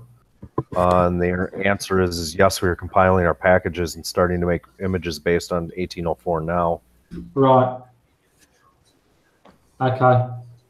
So maybe it does update. Maybe it does update to that. I don't know. Heather is having scalloped potatoes with ham. Ooh, nice, Heather. It says the ability to upgrade will be turned on when they're satisfied. It's reliable to. Right. Okay. Yeah, they must have been using. I think the link went to the page, but maybe I needed to go to the developer page or something. I'll have to look into that. Yeah. Someone had sent me an email on two-liner jokes. Whoever sent that, thank you. And let me read some of them here. These are off the web. These are not mine. I told my wife she was drawing her eyebrows too high. She looked surprised.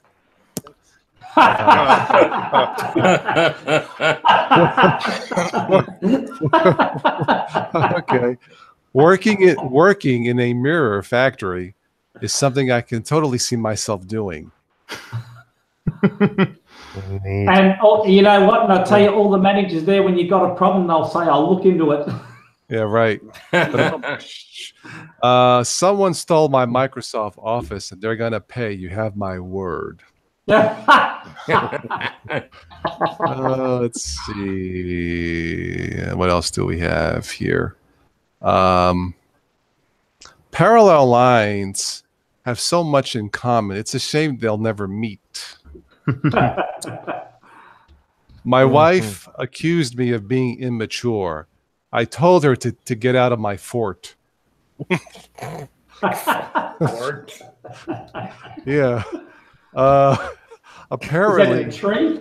Is that in the tree or something? The tree, yeah, like a tree house. I don't know. Let's see. Apparently, someone in London gets stabbed every 52 seconds. Poor bastard. Is that the same guy?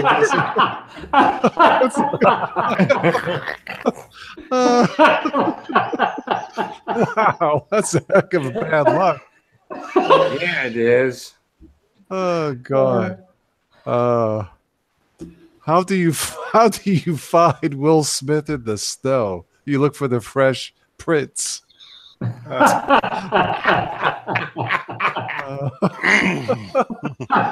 Okay. Someone stole my mood ring. I don't know how I feel about that. Oh, it's so last century. Frost Ranger, the Frozen Realm has one. I keep my girlish figure by doing diddly squats. There you go. But a bump squat. I broke my finger last week. On the other hand, I'm okay. What do you call a boomerang that doesn't come back? A stick. Stick. Go fetch, boy. I tried to catch fog yesterday. Missed. M-I-S-T. Missed. Let's see. You can never lose a homing pigeon. If your homing pigeon doesn't come back, what you've lost is a pigeon. Without a home. Without a home, right. Yeah, really.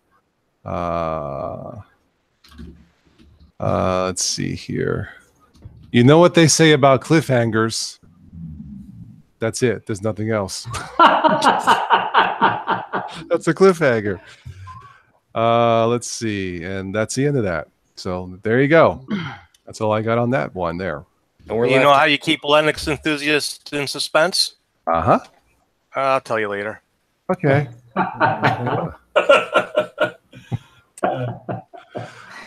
Let's see here. Some students went to law school, and the school guaranteed them that they'd have jobs when they graduated. When they graduated, there were no jobs, so they sued the school.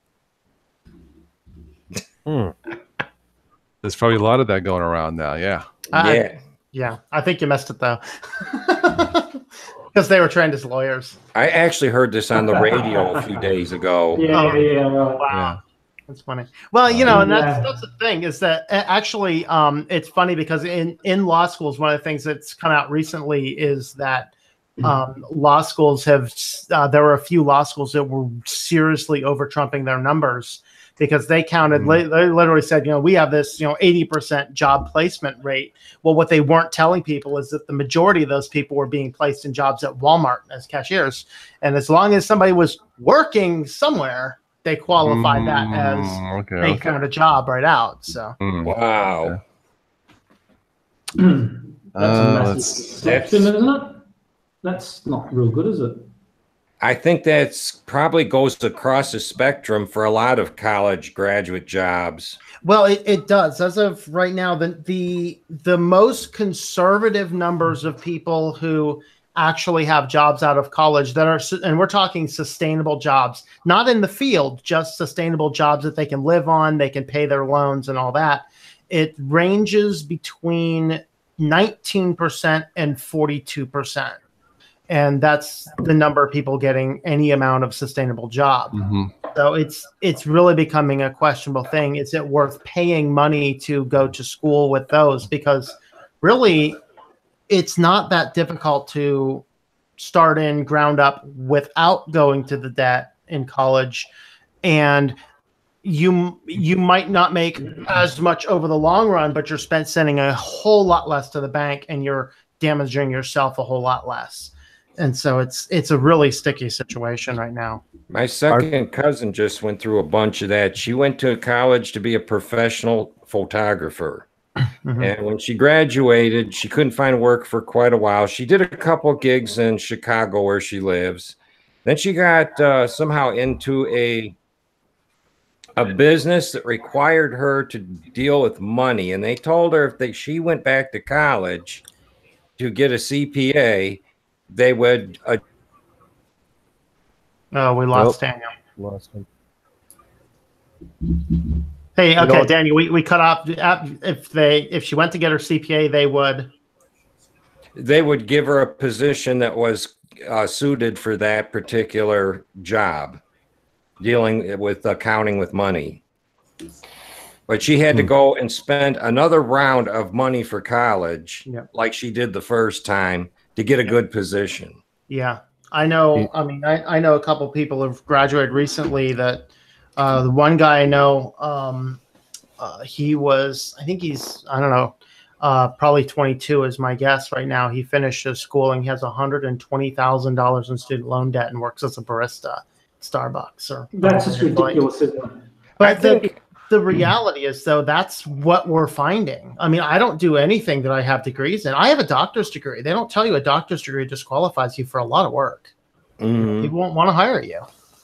They're pushing uni in all first world countries now, and they never pushed it when in my day and age. There was a lot of apprenticeships around that you can go and do, and real work stuff until you ridiculous governments decided that everything can go to China and there's no work for apprentices and so forth, and car industry went down the drain and whatever, and they're just pushing people to uni or college or whatever it is over there. I'm not sure what it is, but people are in debt before they get a full-time job. It shouldn't be. If these countries want people to work, pay for their education. That's what I think they should be doing. Well, what's happened, and I mean, understand, I'm not talking out of my rear end here. I have 10 years of higher education. I was a college professor, and then I worked in the business sector selling academic software to schools. The entire premise is, in this country, in America, we have basically effectively brainwashed everybody that you're not going to get ahead if you don't go to college. And then we've turned around and given them unsecured loans that are non-dischargeable, that there is no way out of them. And then we have guaranteed they're going to have as many loans as they can until they finish the degree. And then colleges saw this, and David Stewart had a wonderful comment on this. He literally called this, he said it was like micro inflation, or a localized inflation. Since with all of this happening, now all the colleges are competing for all the money. They're jacking up the rates. And literally the difference is, when I was in college, which was like 20 years ago, my entire 4 years cost me $35,000, and I was making about $8.50 an hour working my job in between college. Now, like my mom went to a vo-tech school for a nursing degree, and I think it cost $2,000 back then. The same program is $35,000 today. And the wages haven't gone anywhere. I mean, they really have not gone up. Nowadays, some employers are starting to pick things up, though. For instance, a really good friend of our family, their son just left a couple of days ago, to go to a auto technician program down in Arizona, and when he's done with the regular program, he's going to go to the specialized program, which is like another 9 months of school, and he's going to specialize in BMW. And BMW right now is having such a hard time to get qualified technicians. And because of his grades coming out of high school, because of his placement into the program that he's going to, BMW essentially is giving him a guarantee that when he gets done with school, I think his entire program, I think, is going to be about 45 grand for the like 3 years. But they've essentially given him a guarantee saying, if you go through this program, if your grades are above, I think their grade requirement was like 2.9. So that's like a B minus average. That's the way to do it. You got to find. They'll pay 100%. They'll pay. Yeah. What they'll do is when he walks out of school, they'll pay a third if he's. And I think if he gets there's some things he has to do when he gets to BMW and working for him. And after so many years, he moves up to a different level of technicianship. They will actually give him more money towards his school loan. And then I think once he works for them for 10 years, they essentially will have his school paid for.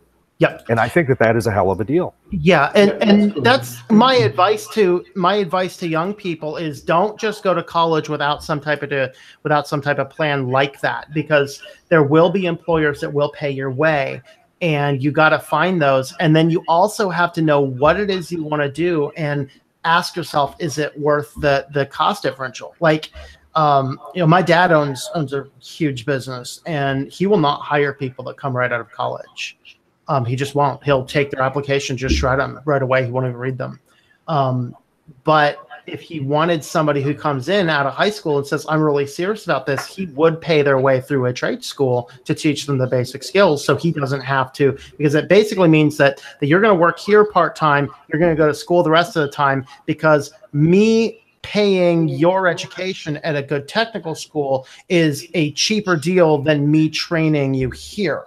And that's really the thing you look for. And so you have to find those types of deals. And it's not impossible, but they're not guaranteed. And so what we need to do is figure out the best way to put together the education. You don't want to go into debt. And if it's going to cost you an arm and a leg, just find something else to do. And the absolute bottom line is really want. People gotta actually, instead of go for what they really want, they gotta research the job market and figure out what jobs are out there, so when they go through school and come out, they can take them jobs instead of taking some weird job that 100,000 people went to school for, but there's only 10,000 positions that'll be available. Yeah. And then ask yourself, because we don't want to live our life just looking for a job. You want to live your life looking for a passion, looking for something you can get behind, looking for something you really, truly, genuinely want to do. Otherwise, you're going to live a miserable life. You do not go to school or get a job or anything for the money. It's just going to be a miserable life if you do. Well, I think a lot of people are living a miserable life, though, aren't they? To be honest, a lot of people do, but a lot of them are just living day by day is the problem. How miserable? Some of those people are this miserable to begin with. I mean, let's face it. The world is full of some people who, regardless of circumstance, bad, are just not very happy people, no matter what. If there's anybody that we know that we saw that deserves, that loves her job, that was our guest last week, Stephanie, the singer. I mean, you can tell, you can see it, feel it in her voice, the passion, the love, the honesty coming out of her heart. She absolutely loves what she does. There's no question. And we've spoken in private before over the course of the last couple of years. She really, really, I can't see her doing anything else. I don't know if you guys can. I can't. And she's been lucky to travel the world, to do enough jobs, for her to travel and meet people. It's just too bad it hasn't been in the U.S., at least not yet. But, I think girls or people like Stephanie are rare. They know what they want, they know what they like to do, and that's it, because it's in their blood, it's in their soul. Yeah, and that's rare, I think, nowadays. So Noah just asked a question of toss and switch to Linux. How do you guys know each other? How did you get to know each other? Well, Switch is a Switch is a former YouTuber of the month. I haven't done him in a while. Just like I'm sorry, just how you guys found Stephanie, you found Switch to Linux. And we found, you guys found DT, Destination Linux, Rocco, Big Daddy. That's it. When I was doing, I was doing those YouTubers of the month for a reason, to find other, other YouTubers.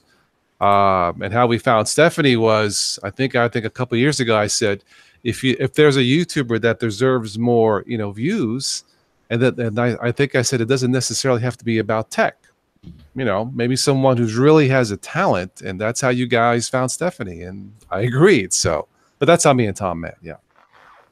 So, and I should probably bring that back, YouTuber of the month. But yeah, maybe. Yeah. It's something different. I haven't done it in a while, but that's how we found each other. Yeah. I started out with a Linux distro, and then I started searching the web for how to do things with the distro. I came across Tom, and then I came across you, and then I came across DT. To me, these are local people without crossing the ocean, or anything. It's almost like a family. Yeah. And then I moved on, met, English Bob, and then you got Colin, and started following some of them people too. Yeah. Yeah. 8.5 years ago when I started the channel, I didn't know anybody. I mean, nobody. About a year later, I did my first podcast with IG, Infinitely Galactic from Australia. And we just clicked. We had the same passion for Linux, the same curiosity. And from then there, it just blossomed into more people, more friends, online. But, that's what the Linux community is all about. What did you do? We might need to do another podcast soon.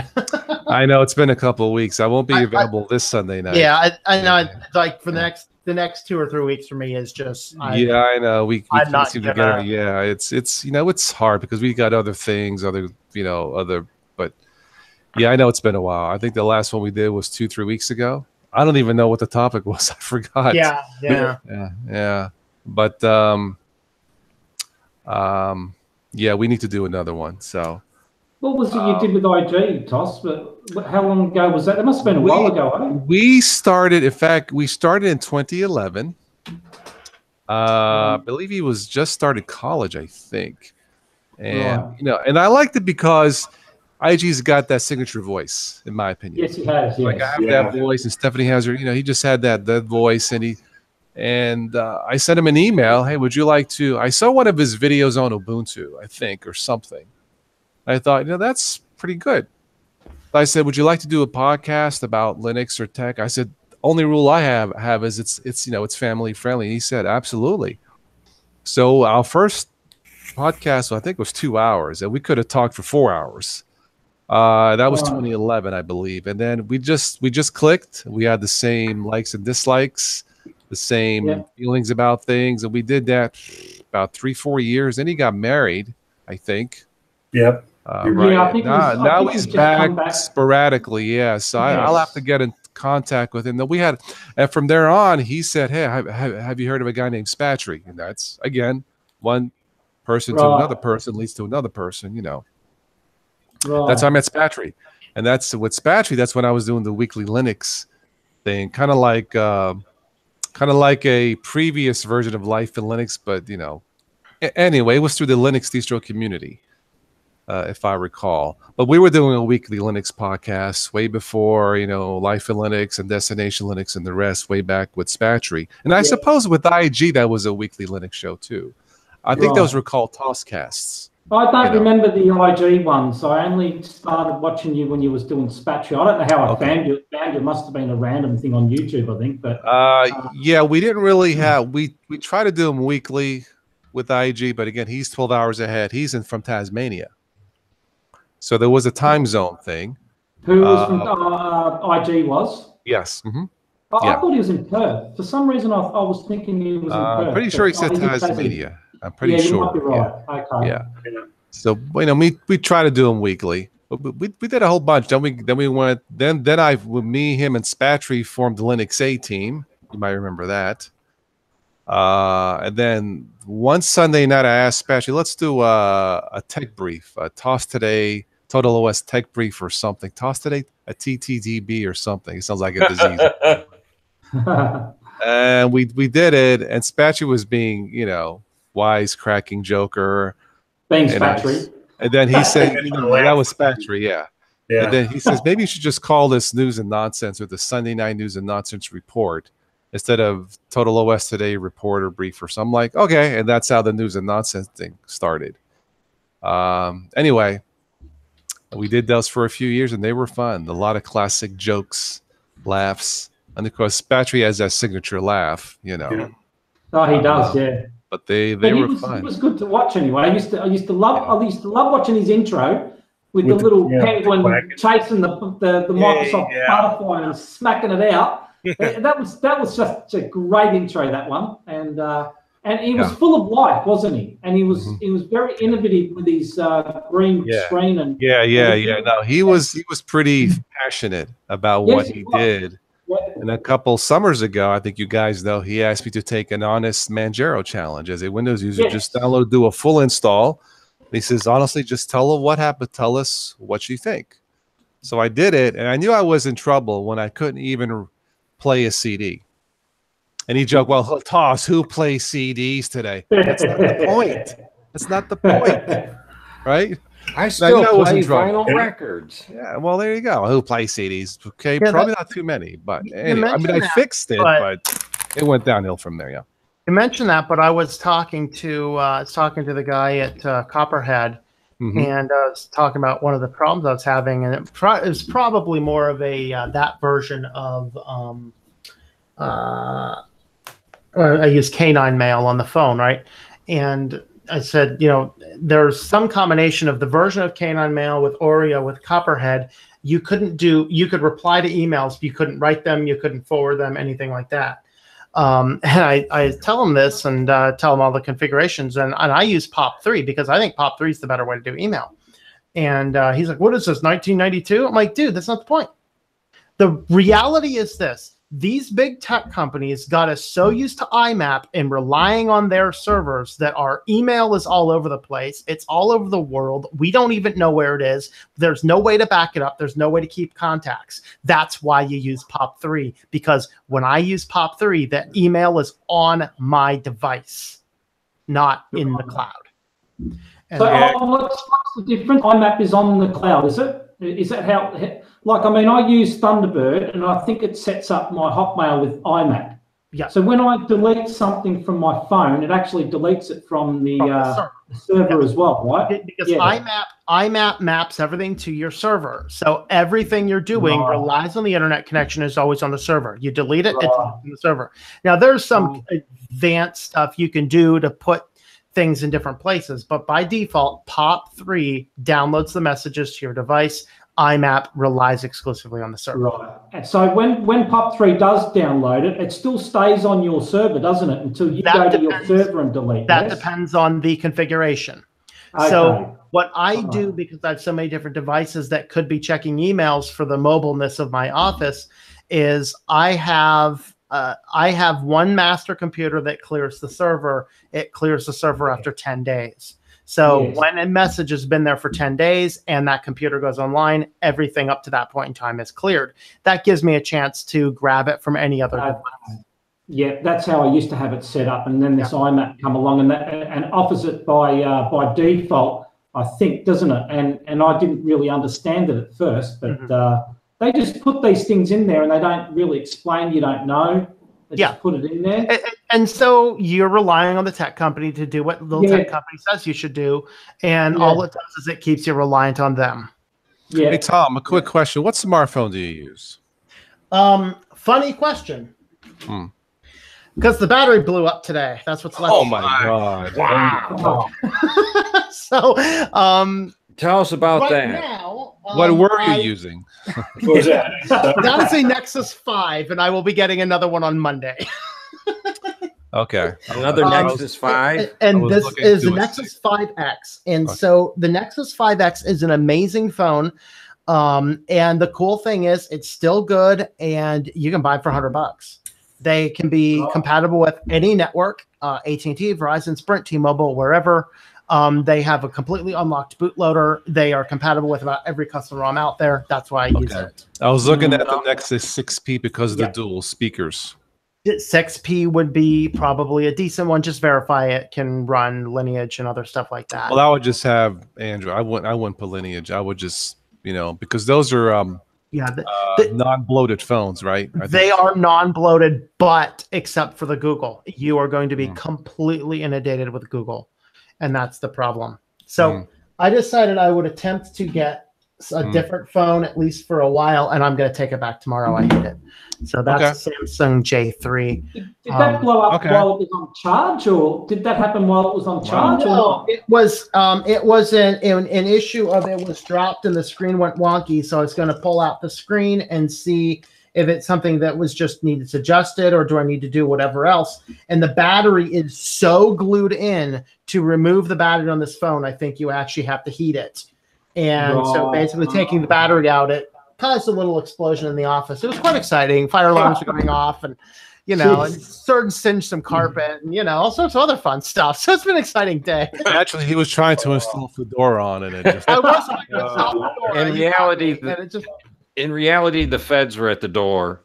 Yeah, feds were at the door, so I just stabbed the battery, and then Well, I'm running Lineage OS on my phone. There's an update to 15.1 because I'm using the 14.1, but I think I have to root the phone again to do that, don't I?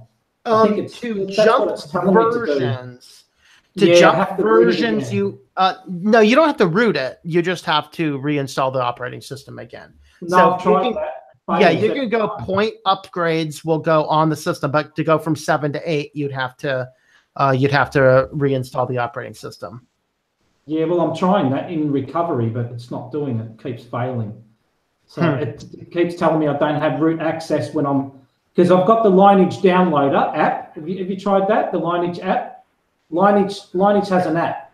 So the updates come through the app. So the 15.1 came through on the app, but it says you need to enable the root access in your settings, but I can't actually do that. So I've tried to do it in the recovery mode, but it's failing as well. So I would just flash it. I'd just make a backup and flash it. I wouldn't rely on the app. So is Lineage for Android? Yeah, that's a Galaxy S5. So, but backing up, it's just a nightmare. It just takes effort. Well, in reality, it takes half hour, to reflash it. Maybe I should do a useful Android app podcast next week. Talked about useless. I can tell you about useless apps right here. I'll tell you about useless apps. Be my guest.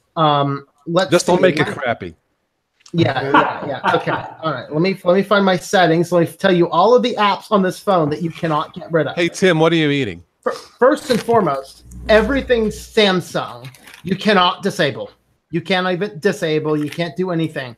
And every time I pick this thing up, it's like downloading something from Samsung. Oh, there's a game launcher. I can't disable it. What is this, Windows 10? I can't uninstall the game launcher. Game optimizing service. I can't even disable that. Google Play services, of course, I can't uninstall, but I can disable those.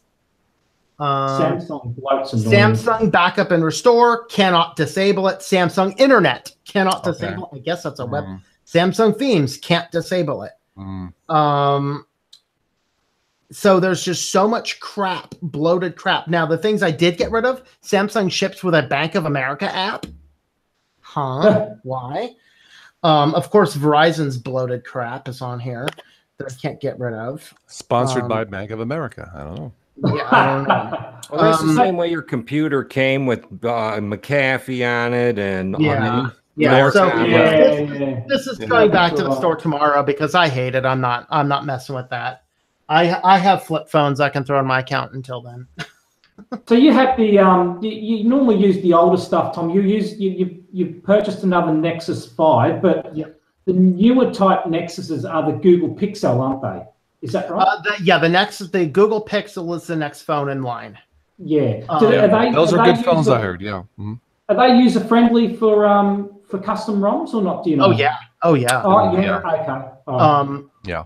the thing is, like, and I don't know about the absolute latest ones, but you know, EU just beat down Google with some big fine or whatever, and it's pointless. That they are not the problem. The problem is the phone manufacturers locking us out so we cannot change the ROMs and things like that, because this Samsung's the problem, because I cannot put a custom, like, it's in theory unlocked, but I can't put, there's no custom ROMs for it. I can't uninstall the Samsung crap. It's garbage. Which one's that one? This is the Samsung Galaxy J3. Oh, see, I stay away from those J's and G's and all that. I just look at the S5s and the S4s. Well, the J stands for just crappy. Yeah. And the reason I got this, my idea was, let's just get something small until I can find another one of those. Well, I didn't even jump. I jumped on Amazon. The Nexus 5Xs are down to $100, and it's a good. My mum had 2 cheap Samsung phones, and they both crapped out. Now I don't know if she had that app on there, Toss, but they both crapped out on her. So I told her, it was a crap app. But I told her, buy the proper line. Don't buy anything outside of the S range, because they're probably just not good. The reality is, I don't like anything from Samsung because they're bloated crap. They just give you all this bloated crap. Now, the good thing about the S line is you can actually install Lineage on them. Yes, the J line, you can't. Yes. Mm-hmm. Well, they got a little bit better with their like the S8 I got doesn't have as much bloat as I had on my S3 years ago. Mm-hmm. Right. Hey, Toss. Yes. I downloaded the poop tracker. Gave her a shot. I sent the picture to my wife. She said it was the best selfie that I ever took. Oh, Burn. Oh my God. Oh man. Tell Johnny that's her. Yes, I'll have my log here of jokes in my book. That's one for Tawny. Okay, good. Oh, that's a good one. Are we on to food yet? Yeah, we started. I mean, we're on the recycled stuff. I serendipitously created something that's going to cause me to resurrect an old recipe. Oh. So I stopped making cinnamon rolls because I could not get any good glaze. All the glazes was just the powdered sugar milk crap, which is not all that good. We were trying to make, I was teaching a friend of mine how to make caramel sauce, and I kind of left him with the instructions to see if he could do it, and he missed the step. And we ended up making, I tried it was good. It's not caramel. I finally realized this is perfect cinnamon roll glaze. So I'm going to try making cinnamon rolls again with this perfect glaze. And then we're going to recreate the missteps he did in the recipe. And I think we have created the best cinnamon glaze in the world. Nice. Speaking of food and speaking of Tom, I have to get some of that ghost pepper stuff in your hands. Well, I'll tell you what I make, Tom. I get a couple of cups of rolled oats, some desiccated coconut with some plain flour, and I melt some butter with about 4 or 5 tablespoons of honey, with a tablespoonful of maple syrup, and then I mix all that together, and I make these biscuits. It's got rolled oats in it, and then when that's cooked, I melt dark chocolate and I put that over the top of it. So it's just as a little bit of a layer instead of using icing, and that's just natural dark chocolate. It's nice. That comes out pretty well. Use those for morning tea. The rolled oats. So that comes out really nice. That sounds good. Yeah, I know. I really like a modified oatmeal topping for like coffee cakes and things and muffins. Yeah. That's really good stuff. Yeah. So one of my offsiders at work gave me the recipe from his mother-in-law, I think it was. So I brought it home. I've messed it up a couple of times, really pretty badly, but I've actually refined it and it's come out really well. So I'm happy with the way it's come out. And it's a nice snack. And using the dark chocolate instead of icing, because dark chocolate has got some good qualities in it. Not the super duper, not the 70% dark chocolate. I think it's got to be less than that, because I actually melted some dark chocolate and it went all lumpy because it was that, I think 70%, it's got too much cocoa in it. Yeah. So it doesn't Bain Marie properly, right? So it's got to be the less than the 70% anyway. How were you trying to melt it? Like you put a steel bowl over a pot and you Bain Marie it and you melt it in that, with steaming water. Yeah. Yep. So sometimes though, chocolate will actually lump up and harden if during the melting process it gets any moisture in it. Right. Colin. Yep. Some chocolates will do that. If it's too dark and it's got too much cocoa in it, it does get lumpy because there's just way too much cocoa. So that's the reason. Yep. Yeah. So but that's a nice, because the dark chocolate's got what's it got in it, Tom? Dark chocolate. It's got those qualities that are antioxidants. Antioxidants. Yes. So that's a lot better than sugar coated icing sugar or whatever they. In reality, milk chocolate has them too. It's just it's counterbalanced by all the sugar. It's a principle of what's in a chocolate. The milk chocolate just contains more sugar and less cocoa. Yeah, that's right. Yeah, that's right. So I can't look at this pounding down 4 chocolate chip cookies as getting a daily dose of antioxidants. No. But if you down it with a glass of wine, if you down it with a glass of red wine, you're good. No, here's the stupid thing. I ate the cookies and I grabbed myself another beverage, another sparkling water, and I got lemon. So I eat 4 chocolate chip cookies and I open this and take a drink of it. Man, my eyelids about curled. Oh. I think I have orange oil to do sparkling water right now. That's pretty. Do you have one of the fizzers, Tom? Well, I made my own. Do you guys ever want to see how I make carbonated water? It's quite fascinating. Let me go grab my system. Okay. I'll be back in a minute. I'll leave you with a cat. Meow. Cat says, "Yeah, yo, where's my treats? Where's my freaking treats?" He doesn't get them until he comes back, as long as he stays on camera. Yeah. He's lost his treats. He's gone. DJ. The boss is sitting over here having a little, I don't know, almost midnight snack, and Izzy, the killer Shih Tzu, is trying to get a piece. Okay, spin the camera around. Let's see. We don't believe it. Huh? my wife wouldn't be appropriately dressed for me to do that, Joe. Oh, we don't want to see you wearing that. The dog's fully clothed, but all right. Now, I mean, back in the gold days of chemistry. Oh my God! He's gonna blow something That up. looks like a booster for his car, man. I saw that in Fast and the Furious. Furious, yeah. A nitrous tank. Now we know why he's a little crazy, man. He's been hitting the nitrous tank. All right. So, Hey Tom, do you have neighbors upstairs from you? no, they moved out. Tom, you do your own dental I work. wonder why. All right. So, what we're gonna use? No wonder his computer's fast. More gas. You know. All right. So I just make sure that I have a little bit less water than that. That's good enough. All right. So then you add just you want to get purified essential oils from a store, and like 3 drops is enough. Maybe 4. So there's 3 drops of orange oil. So I'm using orange, lemon, any of those looks good. And then you need a lid like this one. So it's basically a pressurizing cap lid there. And you want to squeeze out all the water, except I probably just dropped that. You've got too much of the oil out. There goes the keyboard. Divot. Nah, that's okay. I got plenty of keyboards. The computer's down that way. I'm concerned more about the computer. So, all right. So there we are. Want to get all the air out of it. So there's minimal amounts of air. All right. So our tank. This is a 5-pound CO2 tank. Now here's why I don't use the soda streamers, is because they are very expensive. This guy here cost me about 1/10 of a penny to make a carbonated water. Soda stream is going to cost you about 15 cents. So this is a 5-pound CO2 tank.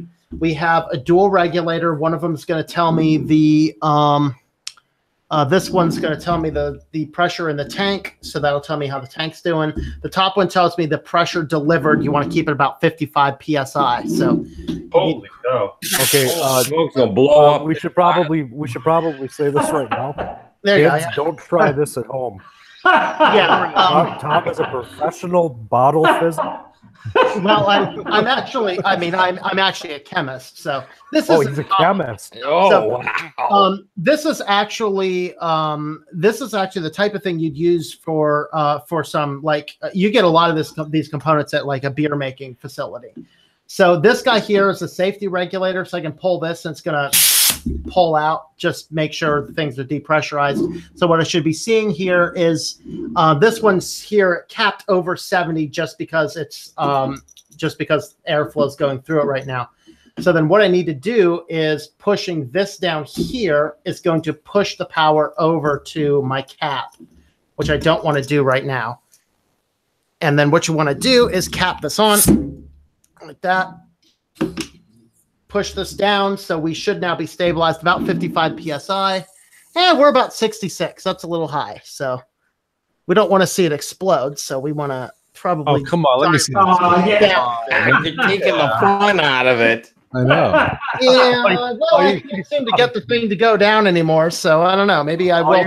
All you're gonna hear is a fizz. Oh, Boom! Pop. It'll go blank. We're going to shake our carbonated soda for about 30 seconds to a minute. All right, so actually the PSI is dropping to about 60 now, so we're in the safety range.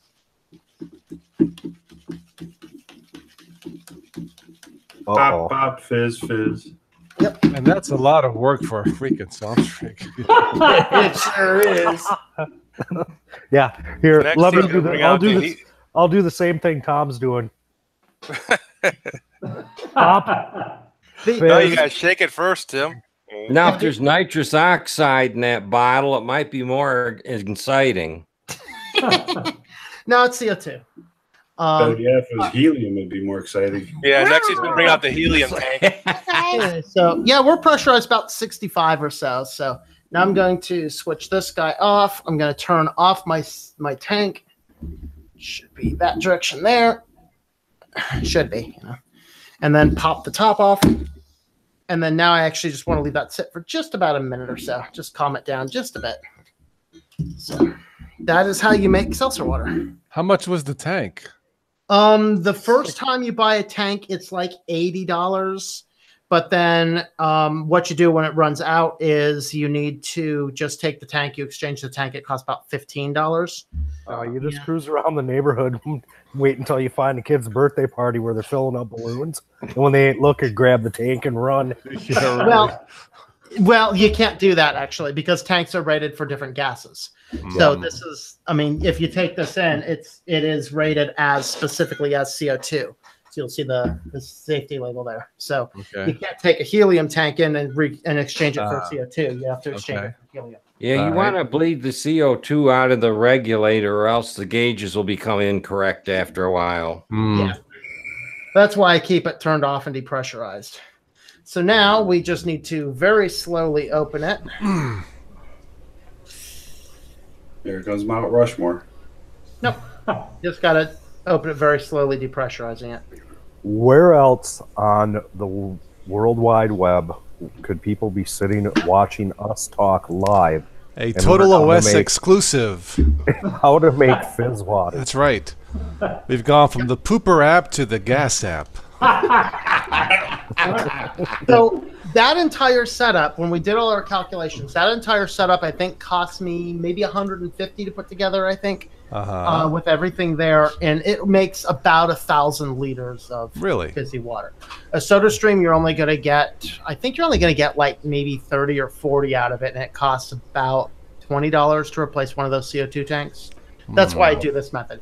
The other reason is if I actually do want to make soda, there's a company in Missouri that sells they sell syrups, and the syrups they have like 70 flavors, and you can make your own soda syrups from flavor spikes that they sell. So you can make 70 different flavors of soda, and it's way cheaper than even buying soda at the store on sale. So and that's only, I've had that system since I think 2012. I think we put it together, and that's only my second CO2 tank. And mind you, the first one only lasts us 2 years, but that's the for the 2 years that I had just tons of teenagers coming in and out of the house for a couple years every day. So they, needless to say, they came in and we figured out you could carbonate all sorts of fun stuff. Now the soda streams, the downside of the soda streams is you have to make your seltzer water and then you have to mix your syrups in. That means you lose a lot of fizz and then the taste of those is nasty. This system, you can actually get all your flavoring and then carbonate it. You know, it sounds fascinating, but I think I'll stick with Mr. Pepsi. Hey, I'm a do-it-yourselfer at heart, man. I appreciate that. Yep. Mm-hmm. I'm at the age where I just can't drink anything full of gas. I stick to iced tea and water and stuff like that, but yeah, that stuff right there, that's the good stuff. Water's good stuff, yes. Good old-fashioned purified drinking water. I used to like soft drinks like that too, but I just cannot do it. It's like I get all kinds of internal cramps and everything else. You know, Well, Tom, It's the syrup in that. What's that? Tom, everything you do is just awesome. I mean, you have some hacks that are just great. But I'm That scared is to an ask. awesome rig, Tom. It really is. That's really awesome. But Well, Mr. you're G doing- wrote kaboom, and it never happened. And so I know. you're a do-it-yourselfer. I'm almost scared to ask. Do you have a home hack for the toilet paper you use, or do you just go outside and grab 5 cones and leave? No, I actually, I mean, I have 3 seashells in the bathroom, and no, I actually use toilet paper. I do use something unusual for kitty litter, though. For anybody looking to save a little bit Okay, and I do got something it. different for kitty hear litter, okay. equine bedding. You What? can buy a 40-pound bag of equine bedding at a Tractor Supply store for $5, and it lasts you about 3 to 6 months. Basically, it's a horse goes on it, and then it's basically little pine sawdust pellets put together, wrapped up in the same stuff that makes. I know what they are. And so when the cat pees on it, it just basically opens up into a ton of sawdust. Absorbs everything, no odor, nothing. I mean, Feels like an episode of MacGyver or something. Yeah. all of a sudden. So do you clean the litter box the same way then that you normally would? yeah, actually, all I need to do is with the litter pan, I just scrape it this way, pick it up, shake it, and it's cleaner than it's ever been. See, I always, because I use the liners in there too, so I've never, you don't. Yeah.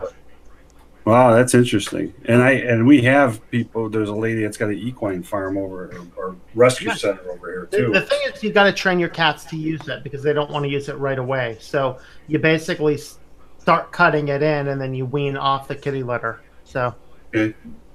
My cats are too stupid to come up with any idea of using something new. Our cats are actually pretty old. Our cats are like 12 years old, so it'd be pretty tough trying to get them to change anything.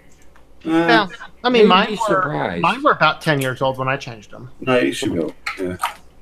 Well, guys, I've got to go. We're going out for lunch and Okay. got to go for a walk, so I've got to keep fit. So Yes. take the missus for a walk around the block for an hour Nice. or something. Hmm. All right, so Make sure you report back next week with your test on the poop tracker. I'll send you my logs.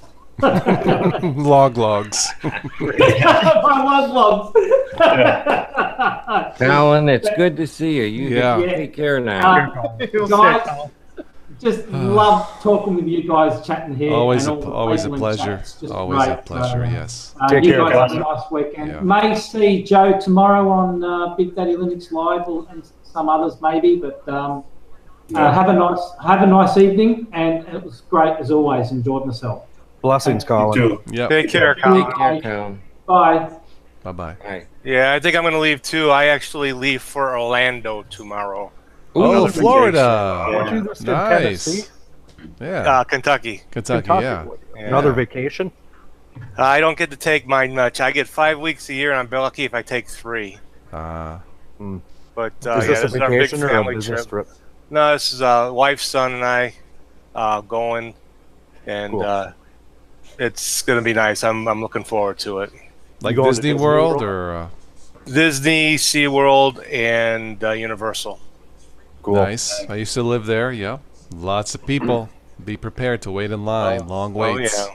And the heat. You have awesome and safe travels, Steve. Yeah. Thank you, Take buddy. care, buddy. Yeah. All right, you guys Thank take you. care. Always good seeing you. We'll All catch you right. next time. Yes. Take Bye now. care, Steve. Nice.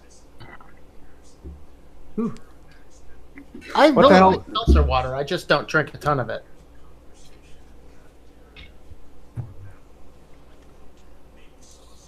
Tom, you did a video on tutorial on installing Linux on external drive, and you unplug your internal drives. Is that what most people do, or just a suggestion? It's a suggestion because it prevents the installer always wants to install on the first hard drive, and so it sees the USB drive as second or third hard drive. And so if you don't do that and you're not paying attention or you're using the wrong installer, it's going to overwrite your Windows master boot record with Grub, and you don't want to do that. Okay. I turn the power off to my daily driver drive, and I have a couple of these that I actually use to put distros on. Mechanical drives. They kind of pile up after the years. These are SATA drives. I got a whole box full of the parallel port drives from the good old days. Is one of them light on fire or something there, Dan? There's smoke. What are they? You see smoke? Yeah, I did. Oh, you're probably seeing steam from my vaporizer. Oh, that's what we saw. Okay. House is on fire. We thought maybe it was your poop app catching on fire. And my computer's down here cooking. I gotta see about fixing my carpet. The phone did a number to it. Oh, you're in a rental too, aren't you? Yeah. Yep. Oopsie. Well, Ooh. it's fairly small. As long as I can find a matching carpet, should be able to replace it, like repair it. So Maybe Samsung should sponsor you. That replaces the carpet. Right. The carpet replacing app. there you go. I feel all carpeted up. Put in all your dimensions, and then you get how much carpet you need. Then you use the shaver function to iron it out. Yeah, there you go. Zzz. You can just go and get a sample from a remnant store. Get a carpet sample and cut the stuff that you have down, and use good old fashioned Elmer's glue, and shave pieces off of the remnant sample you have. Yeah, and drop it onto it. I think that's what I need to do. I need to go find something fairly close, and then I don't really want to cut the old one out and the square out until I know I can get something like it. They actually, I just need to keep an eye out. I know there's guys in the neighborhood here going around doing some flooring work. I'm just going to try and track one of them down and say, "Hey, what'd you take you to fix this?" I said, if I hired somebody to fix it, it's going to be a lot cheaper than if they fix it. So. Yep. And plus, you lose a damage deposit, or could lose. Yeah, that's the thing. And these guys here are completely anal, so I'd like to take The care Russian comrade, that's why. of it. You break carpet, you buy carpet. That's well, in the maintenance guys are Russian. All right, I think I published 5 podcasts today. I think that's enough, right? Holy crap. Yeah, I'm trying to get caught up. Is what I'm trying to get to the point to when I put up a daily walk, I can put the podcast at the same time. And I started putting the podcast up when I was on over 50. I crossed 27 today. World of Linux says this was the best stream so far. Thank you, World of Linux. I think the best stream was probably last week, though. Yeah, it was probably the better one. Yeah. Oh boy. Heather says you can toilet train a cat. You can, yes. Cats are kind of really trainable. I've had a few myself, and you can get them to do things. You want to work with them. Yeah, like mine. I mean, mine don't. They don't go on the counters. They don't go on the tables. Every now and again they do because they think you're not around or they think they're not going to get caught. So they're kind of smart, but yeah, mine don't. They know they're not allowed on the table. They're not allowed on the counters, and so I don't have cats and cat butts rubbing all over my countertops. I don't want that. So yeah, that's always enjoyable. That's always enjoyable. You go out and spread stuff out on the counter. You make yourself a sandwich, and then after you get done making a sandwich, you turn around and the cat's just walking from the litter box over to the counter and jumps up. Yeah, that's always neat. Yep. Mine don't do that. Every now and again, I'll come in and I'll catch them on the table, but they know they're not allowed there, you know? What was that joke last month? Dogs have masters, cats have staff. Staff. That was a good one. I've got one that sneaks up at night and she gets on the table. And the only reason I know that is because if there's a partial glass of something, soda or whatever, it gets dumped over. We find it in the morning. I'll tell you what a guy find, like, the cats have never been allowed on the table. And so they've been pretty good at it. But the thing that got them to really get off, even when I wasn't home, is a friend of mine had one of those motion sensing dogs that would roll over and start laughing hysterically if they saw motion. Oh, man, I put that on the table, turned on. Middle of the night, cat would jump up there. The dog would go off. The cat would freak. He would never go near the table again. That makes sense. Painter's tape works for me. Yeah. Peel off a strip of painter's tape and turn it upside down and very carefully set it on the edge of the counter. Oh, yeah. About 3 o'clock in the morning, I hear the cat running through the house and with the painter's tape rattling behind it. And then the boss gets up and goes and chases the cat down and gets the tape off of him. Yeah, that's the simplest solution. You got me hungry. I had to go get some Oreos. See, here we go. Mate and meatballs. We went. You need to just get some signs, like you can hold it to your webcam and transition to different sections of the show. Yeah. Well, my wife and I actually got turned on to something really neat here not too long ago. We like chocolate chip cookies, and sometimes with the way our life has been, it's not convenient, to go through and make them very often, stuff like that. McDonald's actually has cookie totes. They have chocolate chip cookies, and you can get 13. You get a baker's dozen, 13 cookies, for about $4. And they aren't bad. They are not bad at all. So I'm finishing off. Probably not real cookies, right? What's that? That's just one problem. They're probably not real cookies, like nothing else. They always say McDonald's never has real food. Yeah. Well, come on, 100% pure beef. Come on, ears, hooves, tongue, tail. Speaking of butts.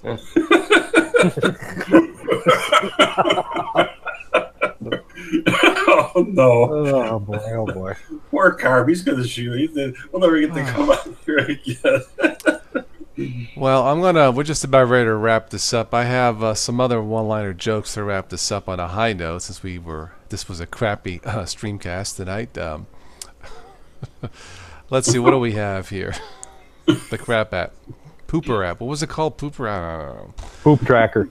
The poop tracker, yes. Yep, and the spy who dumped me. The spy who dumped me. How appropriate, yes. Battling evil proctologist, Goldfinger. Yeah, Goldfinger, God. Let's see here. 1 in 4 frogs is a leapfrog. Okay. Let's see here. It's amazing that the amount of news that happens in the world every day always just fits exactly on the newspaper. Interesting. Yeah. The easiest time to add insult to injury is when you're signing someone's cast. Let's see here.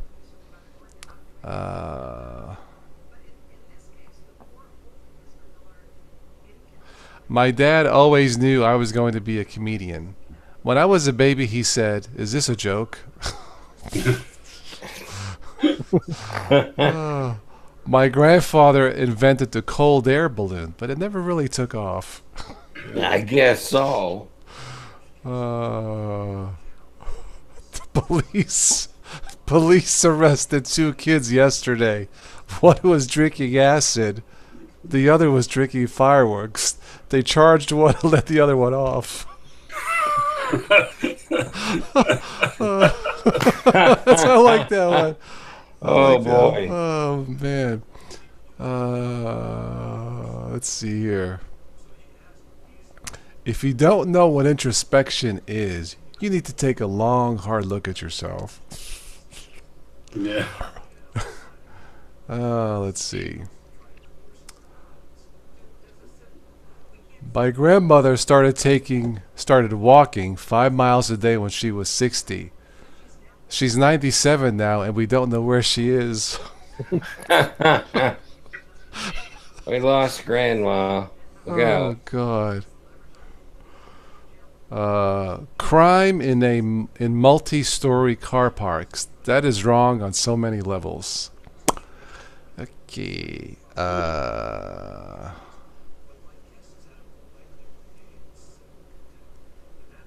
I needed a password 8 characters long. So I picked Snow White and the Seven Dwarfs. Oh, Okay. Toughest job I ever had. Selling door to door. How's the soda, Tom? Very good. Good. Beyond amazing, like usual. The first time I met my wife, I knew she was a keeper. She was wearing massive gloves. Okay. Yeah, I don't get that one. Massive gloves. I don't know. The guy who invented the wheel was an idiot. The guy who invented the other 3 is a genius. yeah. I would think he was a copycat. Yeah. I was playing chess with my friend and he said, let's make this interesting. So we stopped playing chess. I guess I don't like chess. I always wanted to go to Switzerland to see what the army does with those wee red knives. Okay. Yeah. I was so ugly, my father carried around the picture of the kid that came in his wallet. With his wallet. That sounds like a Rodney Dangerfield one. Yeah, it was. No respect. No respect at all. No respect at all. Let's see here. I went to buy a watch and the man said analog. I said no thanks, just a watch. Okay, let's see here. Doc went into a convenience store, right? He says, I'd like some chapstick. He's like, will be that cash or credit? He says, no, just put it on my bill. Mm-hmm. Yep. Nah, bada-bum-bum. Let's see. Those watching, sorry it's not as entertaining as last Friday night stream. No singing tonight. We had Tom for a while. You know. Yeah. I don't know if I'm as entertaining, though.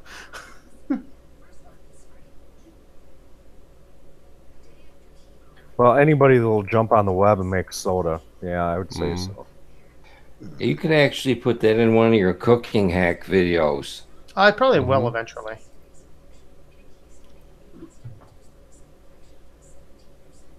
Because somebody I know that was on Facebook a couple of weeks ago, and they were taking those big 2-liter bottles of Coke, and they were dropping Alka-Seltzer tablets in them, and they shot out like a fountain. Yeah, I'm done.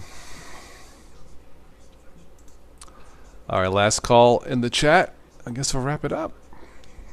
Yeah. Yes, don't forget to a shout out again to our good friend Stephanie Forian from last Friday night's stream. She took the time out of her vacation to join us for almost 3 hours. So thank you again, Stephanie. If you ever watched this, I know you're busy. I know you're going back to Germany. Check out her songs. Again, she is an independent singer, songwriter, artist. Heart of Gold, an angel, you guys said. And yeah, buy her songs, help her out if you like them. I think you will. She does everything herself, mostly everything. A few covers here and there. So check her out, and you know, one of these days we'll get her into the States longer period, maybe me and her can do something on location. She lives next to the Boston and Cape Cod area. I think that would be nice. So yeah, check out Stephanie Forian. The link's here in the chat. So you can check out last Friday night's stream. That link below is in the show notes. It was a free concert, free of charge. You don't have to buy her songs if you don't like them, but I think you will. So, and she has a Patreon page also, yes. And if you buy her albums, the CDs on her Bandcamp page, there should be a spot up the bottom. Message, send her a message, ask her to sign the CD, and she'll autograph it for you. How much of her time does she spend overseas now? Boy, she only comes home once or twice a year. She comes home July through August. Wow. Because she says in Germany there's not much demand for concerts out, whatever, around the holidays. Around Christmas time. And she says around the holidays overseas there's not much demand. So she may be home around Thanksgiving through the first of the year, I think. Wow. And other times she's working in Germany. I guess they have programs there for artists, like the health insurance is subsidized and other things. She can find more gigs, paying gigs, not just freebies. So I didn't realize she was gone that much. I knew she was over there a lot, but I didn't realize she was gone the majority of basically. Yeah, she's been doing it I want to say at least 10 years, maybe 15 years. And how old is she? She looks pretty young. She is. I don't want to get in trouble, but I think she told me. I'm going to guess she's probably 38. Okay. I was gonna say I thought she looked like she was in her 30s, but still, Yeah. Well, I think. Yeah, I think. Stephanie, if I'm wrong, sorry. But no, she comes home. I know in the summertime usually, and I think I asked would she be home this holiday. She doesn't know. It all depends what gigs she has and the work on her new album. We have a rare moment. We have a double catter. Oh, We've cute. got a double catter. Oh, you I've finally got my got. camera. I gotta go. Hey, you. Look at his eyes. This It's one's. like, He's like, put me down, stupid. Yeah, that one's Yeah. getting ready to bap you in the I face know, and run. yeah. Well, you're the one who fussed to get up here. you're gonna get fistful of claws. I know. Nah. He's too smart to do that. Right? Yeah. Do they sleep with you at night? I'm on the bed, or Well, when I sleep on the bed, I don't sleep on the bed frequently. I okay. usually sleep on the couch, but when I'm on the bed, yeah, she comes over. He sleeps in his office chair. Yeah. Cats make good earmuffs in the wintertime. Yep. So I do put her on the head, nice and warm. Yeah. Right. Say hi, peoples. You say hi? Do you? No. Man, that cat is not too happy. No. I don't know what's up with her. She's just No, very. no, I don't like Linux. No. Well, there's one advantage to having cats. You don't have to let the dogs out. You don't have to let them out. Yeah. Yeah, there will never be a song that says "Who let the cats out?" Who? Not gonna happen. It's kind of a coincidence that both of them are white and orange colored. Well, Yeah. I mean, they're siblings, so. Is that what Oh, it is? okay. Okay, all right. It explains a lot. Yep. Very cute. Well, on that note, I think I'm done for this evening. So again, I will not be doing anything Sunday evening. I think we're supposed to get. Let me look at the weather forecast. Thunderstorms or freaking weekend. So it looks like I'll be stuck in the house. So I may do something tomorrow night. I don't know. Just listen for the bell and notification. So, but looks like rain all weekend. So no swimming this weekend. So thanks everybody in the chat who joined in. Yeah, thanks, folks.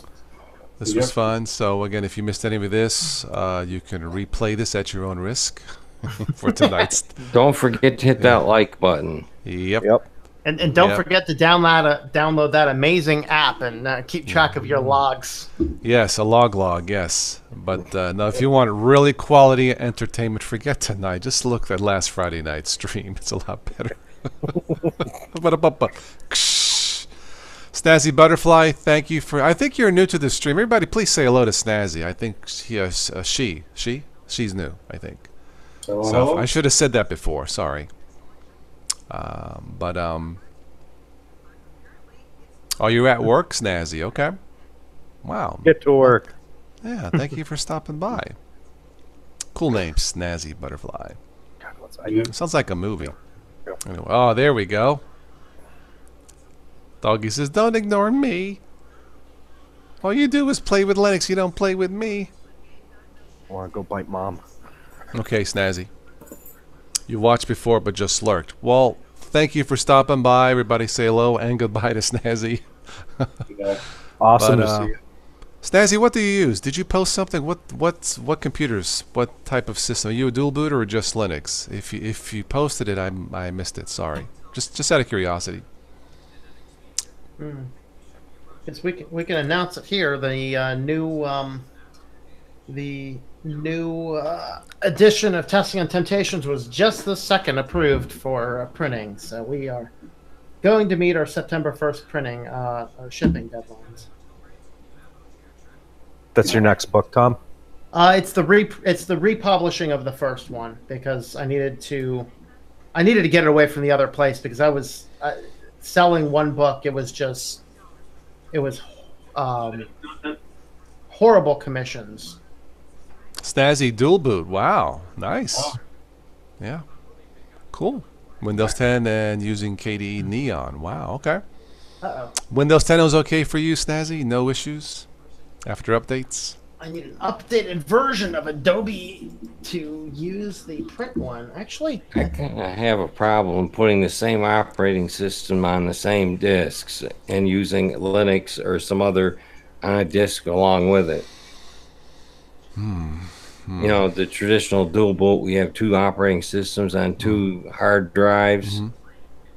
I've had to deal with that before where the bootloader's gone haywire and stuff like that, and you lose both items. Yeah. Yep.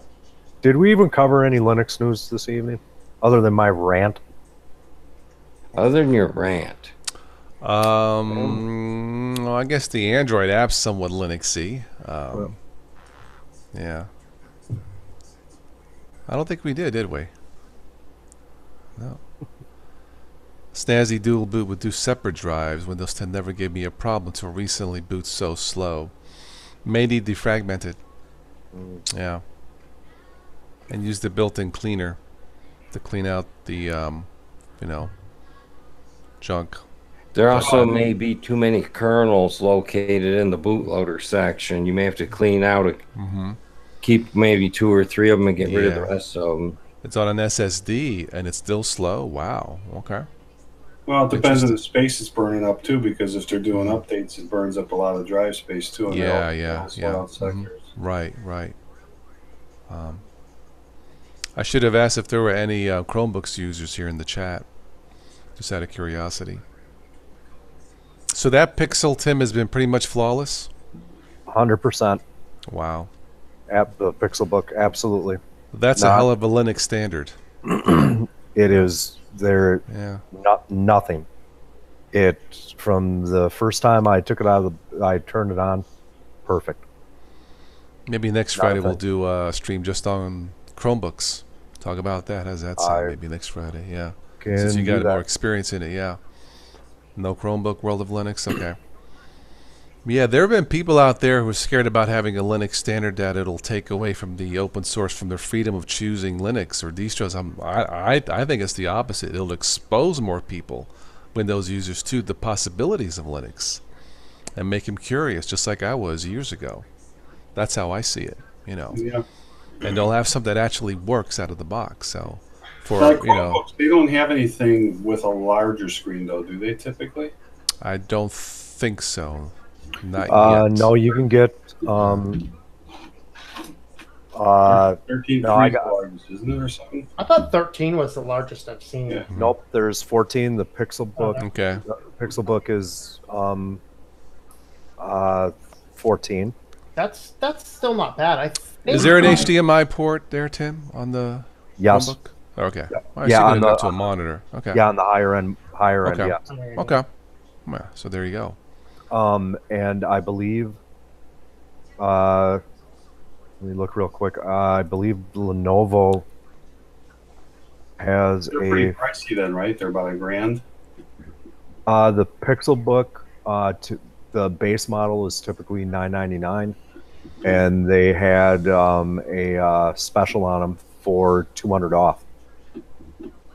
That's how I snagged mine. Are those easy to upgrade, like RAM or drives, Tim? Do you know, or is it sealed? They're really that's the one disadvantage. They're sealed, relatively sealed down. Okay, all right. But look, you have to kind of look at what they're, geared towards. They're this geared towards users. That's it. Right. Lenovo has 11-inch and 13-inch. There was somebody that had, I thought there was a 15-inch. I think I've got it bookmarked here.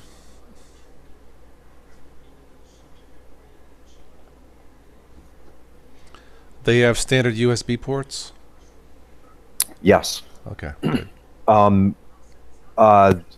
Depending upon the model, yeah, they will have either standard USB or they'll have the newer Type C. Okay. All right. So maybe the next stream we'll talk about Chromebooks. Tim, I'll let you know since you already have one and have some experience with it. So. Cool. All right. I'm going to wrap this up for time. I'm just about ready to go to bed. So again, nothing Sunday night. I may do a Good Morning Linux Sunday. It looks like a rainy weekend, so I may do something tomorrow night. I don't have a topic yet for tomorrow night if I do jump on. But if it's going to thunderstorm all weekend, I'm not going to be out. So Acer has a 15.6 full touch screen HD. Yeah. Tosh, you said you had a Microsoft Zune. Yeah. Does it still look works like this one, dude? Sure does. Mine's brown, dark brown, exactly like that. This one I kept from the business I had because I had a business 30 gig. Yeah, it's a 30 gigabyte. Okay, it still works. It's over. Mine's 12 years old. It still works. This is 120 gigs. Okay, all right. And it'll do video. Mine does too. You have to use the Zune software, which I despise, but. Is the Zune software is similar to the Apple iTunes software? Yeah, it's something like that. I try to make it work in Linux. That's not gonna. No, you have a virtual machine, which I got set up just for these devices. Yeah, I just boot into Windows and go. This one's unique. This one is a very special MP3 player. Is that a Creative Zen? No, this is actually an iRiver. Oh, okay. And this guy right here, when he was new, cost about $400. Wow. And it runs on Linux. This has like the Linux kernel 2.0 or something like that in it. Nice. But I've replaced the firmware in it with something called Rockbox. Okay, I've heard of it. Which actually gives more choices and stuff out, for adjusting the battery amp hours or milliamp hours and all kinds of neat things. Cool. But all right. I bought this brand new. I put a new battery in. I've repaired about 100 of these things.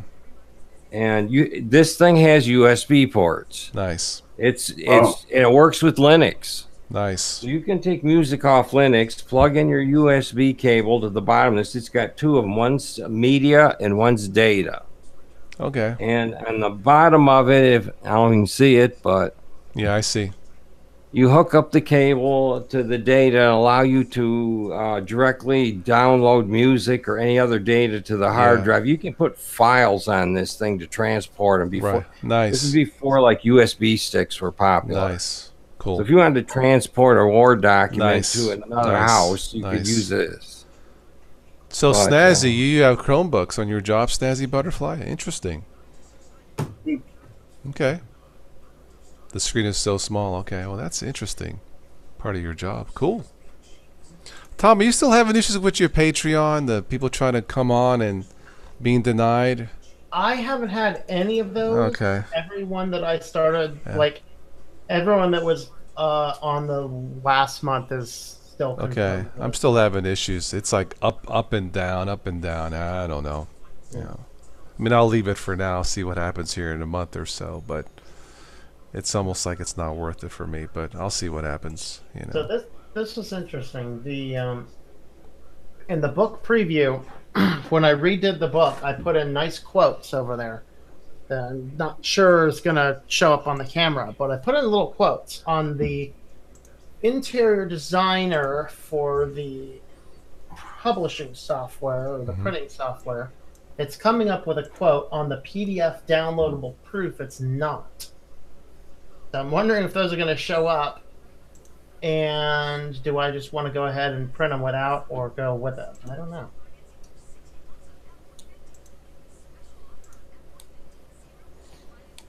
So how long does it take to publish the book?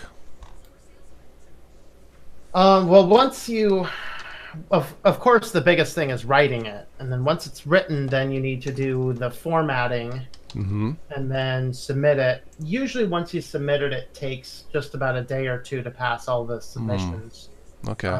In this case, since it's a republish, I had to verify that I am actually the copyright owner, so I had to go through and do extra steps that you ordinarily would not have to do. Okay. And then it actually took them longer than it should have taken them to verify the internal print reviews. And now I'm just trying to decide, do I want to redo all those? Because basically it was experimental putting the quotation markers in there. And the question is, do I want those quotation marks in the book?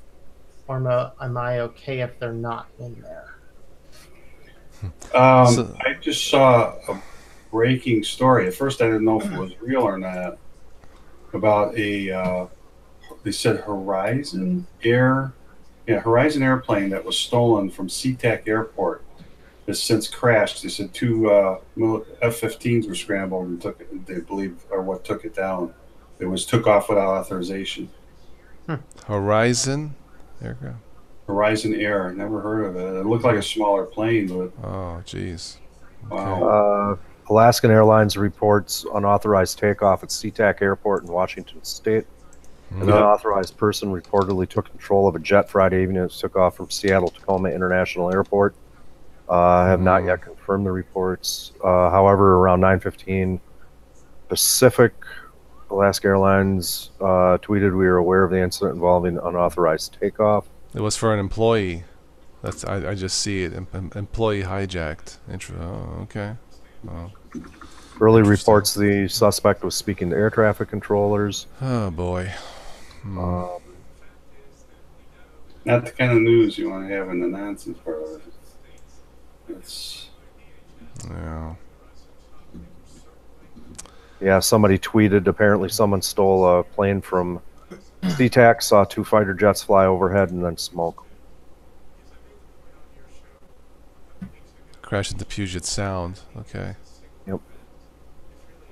The employee has not been identified. Well, not too bright, I guess. Okay. Nope. All right. Well, I want to end it. So, yeah, I'll catch you guys tomorrow or Sunday morning or whatever, maybe. Okay. So have a good night. okay. Thanks, Take care, everyone. guys. Nice seeing everybody in the chat, and we'll see you soon. Well, Yep. Catch you later. Bye-bye. All right. Bye. Be safe. see you guys later. Bye.